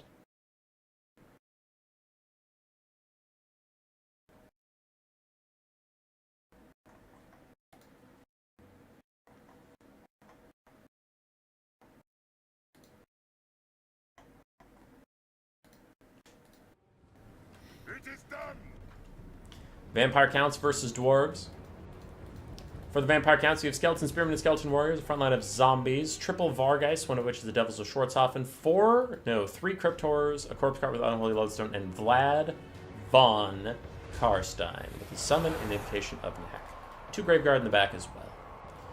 For the Dwarfs of Corvus Glaive, we have Grumbling Guard, Iron Breakers, Miners of Blasting Charges, some Rangers with Great Weapons, Iron Drakes, Thunderers, more Iron Breakers on the front line, Dwarf Warriors, Hammerers, and a Cannon. This is an extremely diverse Dwarf build with Belagar with Mighty Oathstone and Revenge Incarnate. Actually, he could maybe take Vlad if they straight up fought. Do you want any more replay or do you want to go to bed? I want to cast 2 more games and then be done because it is 11 p.m. where I am and I have a stream at 11 next morning. So I'm streaming again in 12 hours and I have to stream and do breakfast between them. Zombie summon from Vlad as he himself dives straight in onto the Iron Drakes. I appreciate the offer in cars, but I am good. Hammer is retreating back to the cannons to try and defend them, but the Devils of Schwarzhofen are here. Other Vargeist are also coming in. The Hammers are just going to have to stand their ground at some point. Mighty Oathstone gives everybody around here 24 more melee defense, and Rally gives them more leadership, making sure they don't even think about routing. Hammers with their magic damage. I guess the Devils don't have physical resistance, so never mind. But the Vargeist are getting torn up by the Hammers, and one of the cannons even fires in melee and takes the Devils' shorts off and down super low. Overcast Invocation Hack tries to save them as the Rangers with Great Weapons also turn around and fire. This is a disaster for the Vampire Counts as these Hammers are just slapping fools. The Zombie Summon tries to shut the Rangers down as Belagar does find his way onto Vlad. Can he beat him with all those buffs of his, or am I a liar? Devils of Schwarzhofen get away alive. The other Vargeists are not so lucky. They did finish off the cannon, and a different Vargeist also dealt with Thunderers. But still, pretty good damage back from the Dwarves. Grumbling Guard plus other Dwarves still holding against the Vampire Count's front line. And like I said, Belgar is trying to hunt down Vlad, getting some decent damage on him here and there. Though Vlad is obviously going to regenerate quite a lot, Belgar is stuck with just the health he gets, so he'll really need to get a health advantage if he hopes to win this duel at any point. Hammers, after dealing a ton of damage to Devils of Schwarzhofen, finishing off a different Vargeist, fight their third Vargeist. We'll see how well they can do. They are not immune to psychology, but also the Devils cause terror. So yes, they could tear out at any moment, because the Devils are close enough to actually cause that terror. Wicked? Hell yeah. It'll be Goji and me in a 2v2 campaign against, I believe it is Lamb Sauce and Brindless. I don't know why I get nervous when I need to remember somebody's name, but I do. It's Drycha and Vlad versus Ungrim Iron Fist and Zarina Katerin. Vlad is still fighting Belgar, and Belgar is really acquitting himself quite well here. If you remember that he cannot heal. So Vlad is at that health after healing a lot. Mighty Oathstone is popped. Is Revenge Incarnate soon to follow? God, I hope it is. I want to see his stats with the Mighty Oathstone and Revenge Incarnate up. Iron Drake's trying and rally. Hammer is still fighting with the Devils of Schwarzhofen, and they're taking a lot of damage. No Revenge Incarnate just yet. Other Hammers also still holding the front line along with Iron Breakers. Iron Breakers don't give a shit about this. They're fine. There's Revenge Incarnate. 100 melee attack for Belgar, plus 60% more weapon strength. Base weapon strength, so not armor piercing, but still, it is good and solid. He's up to 624 weapon strength. But Vlad summons a zombie and starts to pull away, walking away from the King of Eight Peaks. Just getting some distance. Bounce power is still 50-50. We have some healthy Graveguard running around. We still have a lot of Crypt Horrors. Vlad's heal cap is not in sight yet. But as for the Vargeists, that one's been healing up quite a lot, actually. I know it was lower than that, so its heal cap has got to be close. Devils of Schwarzhofen, their heal caps are right there. Those things are about to die. Dwarf Warriors routing off. But Hammers are here, and they'll still hold. I heard something. I heard in a whoosh. Vlad Invocation to Hex himself. Which, along with the Blood Drinker, he's got to be reaching his heal cap soon. He's been healing a ton. But Belgar is getting depressed at that. He's down to half HP. Vlad's already back to full. Queek is the true ruler, yes, but Queek's not a king. Queek is a warlord. So you see, by technicality, I would. But yeah, you're right.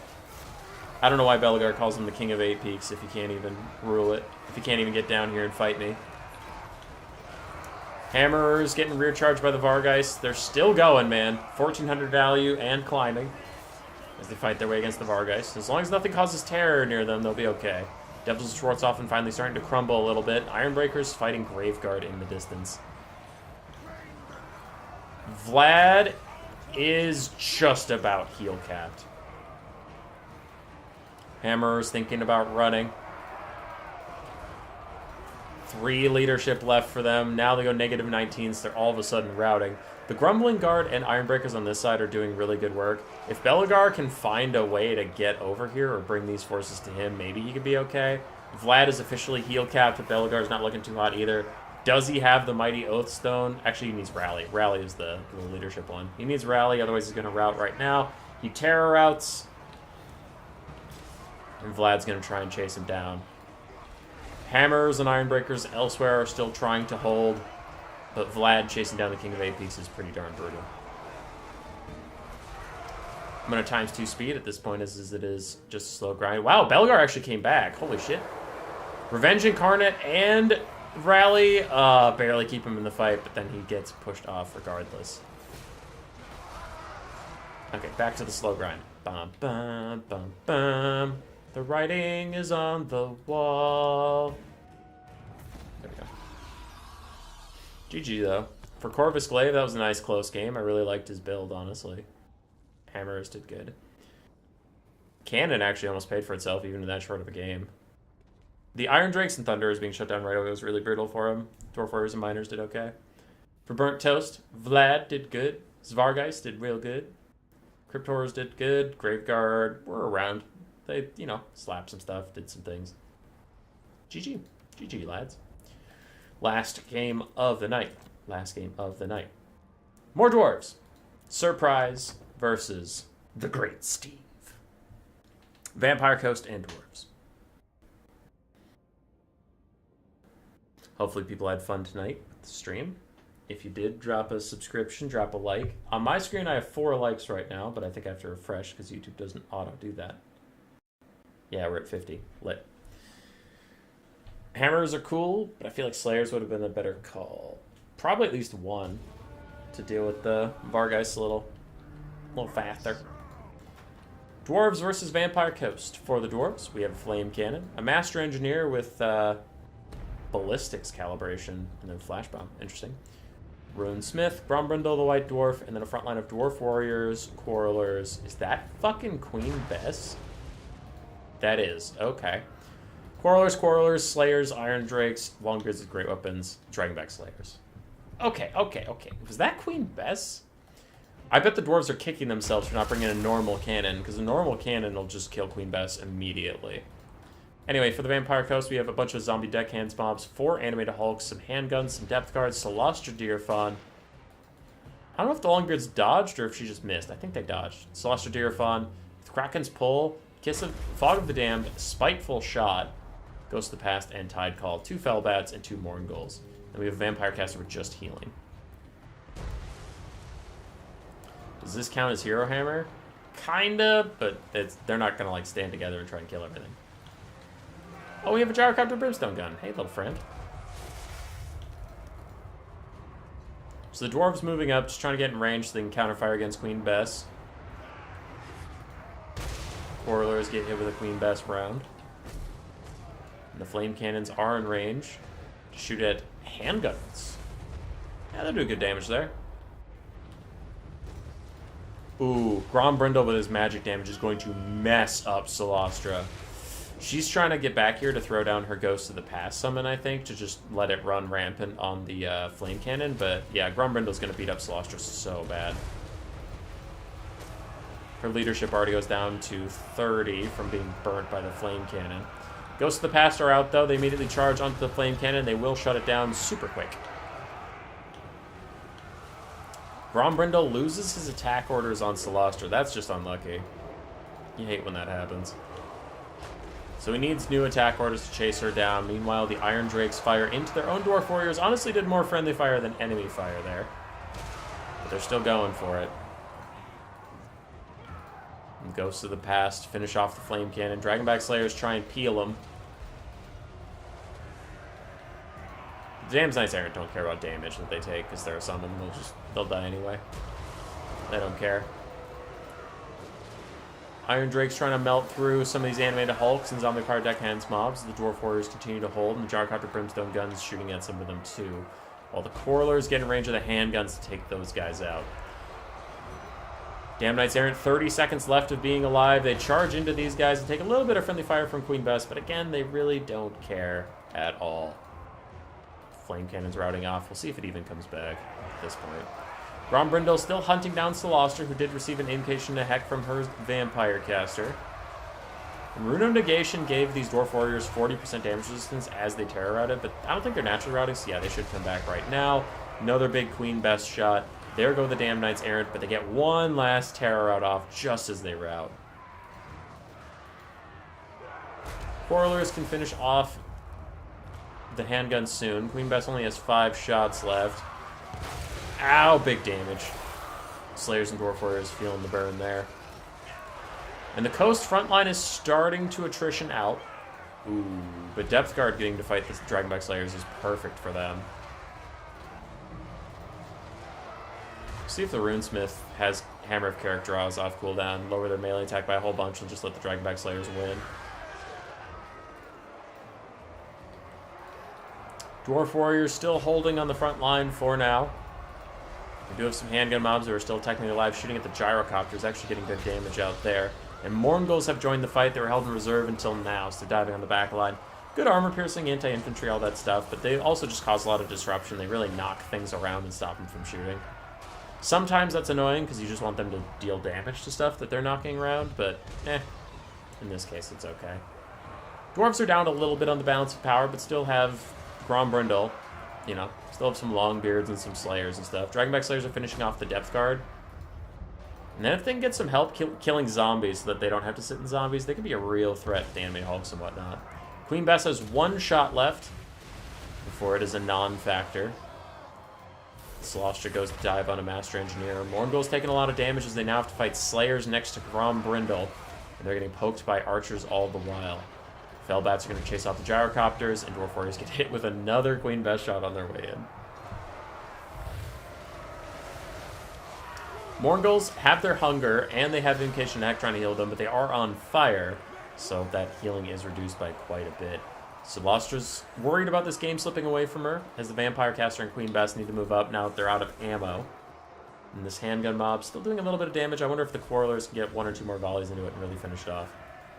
Flash Bomb gives the Fellbats only 20 melee defense. The Fellbats are bad at a lot of things, but they usually do have a significant amount of melee defense, which Flash Bomb does take away from them. Morngul's starting to crumble down a little bit as Grombrindle fights a different group of Mornguls. We have a ton of Slayers in here. I guess, like, not a ton of models, but there's 2 whole Slayer units fighting alongside Grombrindle is what I meant. Master Engineer still alive, above half HP, and shooting at whatever he can. I don't believe any zombies are summons. Yeah, they didn't take any summons. So all the zombies you see are real zombies. Quarrelers try and reform lines to shoot at this big old crowd of Fellbats. You get a good little volley off. Celostra's getting hit by Grombrindle, who's trying to chase her down. She is faster, though, so she'll get away.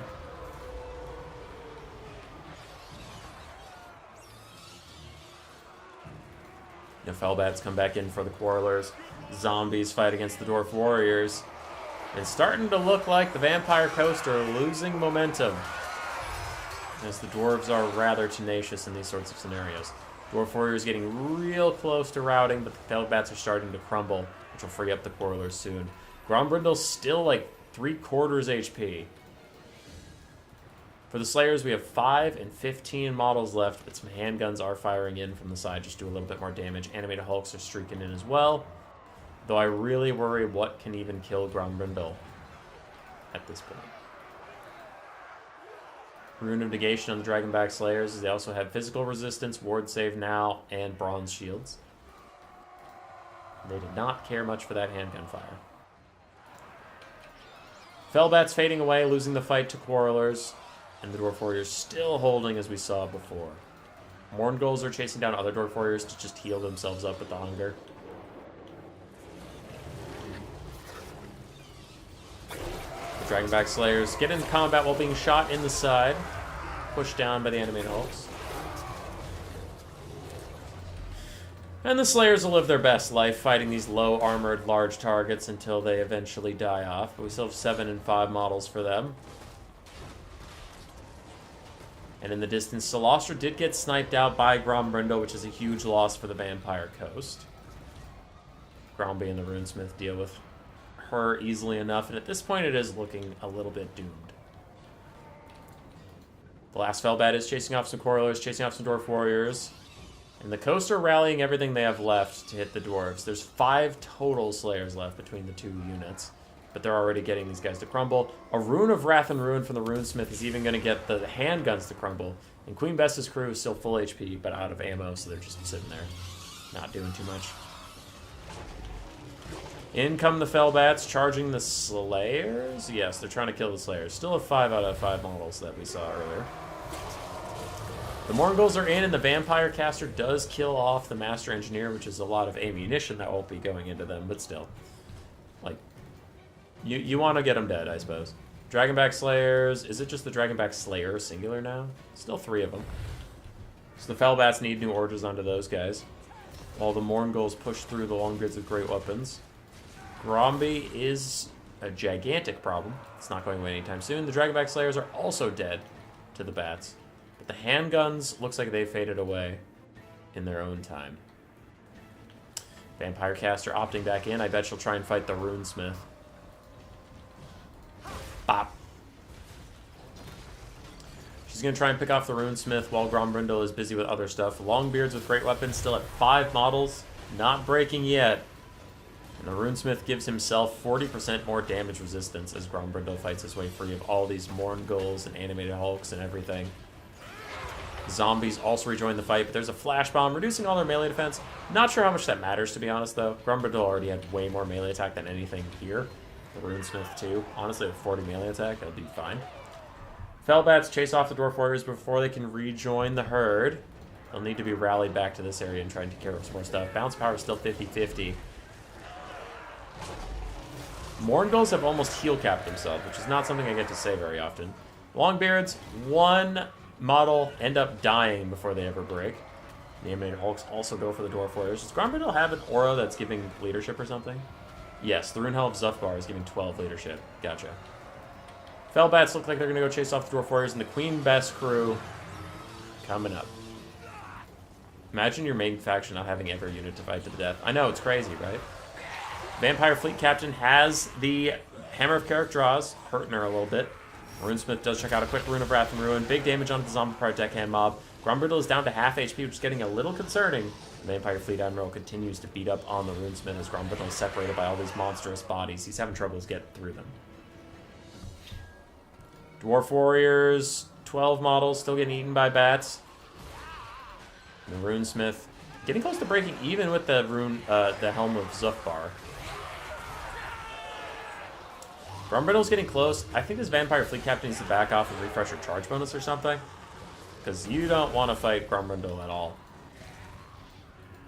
And she will back off now. Mourngull's still fighting it out. She goes back in for the Runesmith. Gets another big shot onto him. The Fellbats have finished off the Dwarf Warriors. It is officially a Grombrindle and this Runesmith versus all the rest of the coast. Flash Bomb is out, but the Runesmith breaks. That could be huge. Vampire Caster does not have the Hunger. She does have Invocation of a Heck, actually. If she has anyone's magic left, she can throw Invocation of a Heck on herself. Okay, okay. Maybe with some healing and cycle charging, actually. This could be a thing. Fellbats are going to walk off the Runesmith, it looks like. And she just backs it on up. She might be waiting to fight him when he doesn't have the Rune X of Grombrindle. She's back in, gets a nice charge. Grombe is down to 3,400 HP.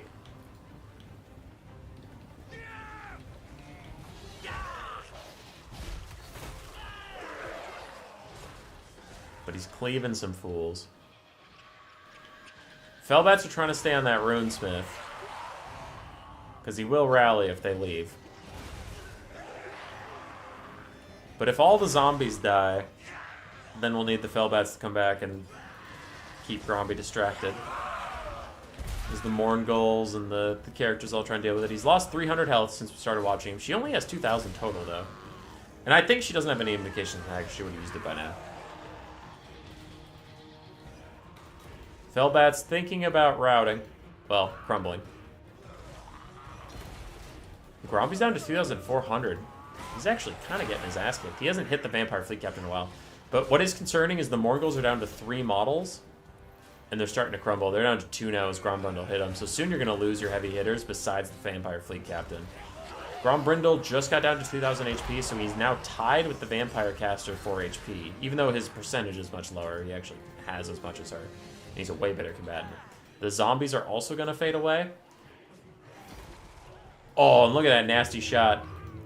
Takes 500 HP off her. She tries to run. The smoke bomb's keeping her in range. She peels back into the clump of zombies, but Grombrindle's after her. She's just trying to get to safety, but he won't give up. He gets another hit on her. It looks like she just has to fight because he's pushing through those zombies like nobody's business. Gets another big hit onto her. The zombie deckhand mobs fade away. She gets completely clapped by Grombrindle, and that is going to be GG. Most likely.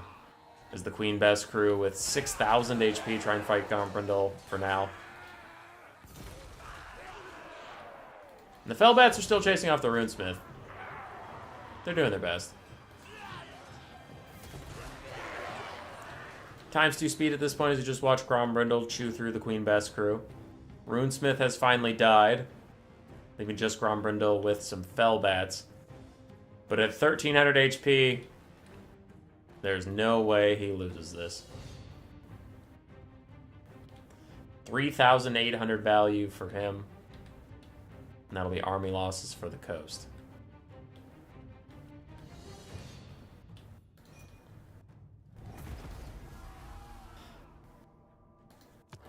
Nice win by Surprise. Good effort by the great Steve. And good tournament, everybody. I am going to go to bed. We do have another stream tomorrow morning. If you don't know what time that's at, just look at our channel. It's scheduled, and you can see what it is in your time zone. It has been a pleasure casting your games, but I am off. I am off. GG's.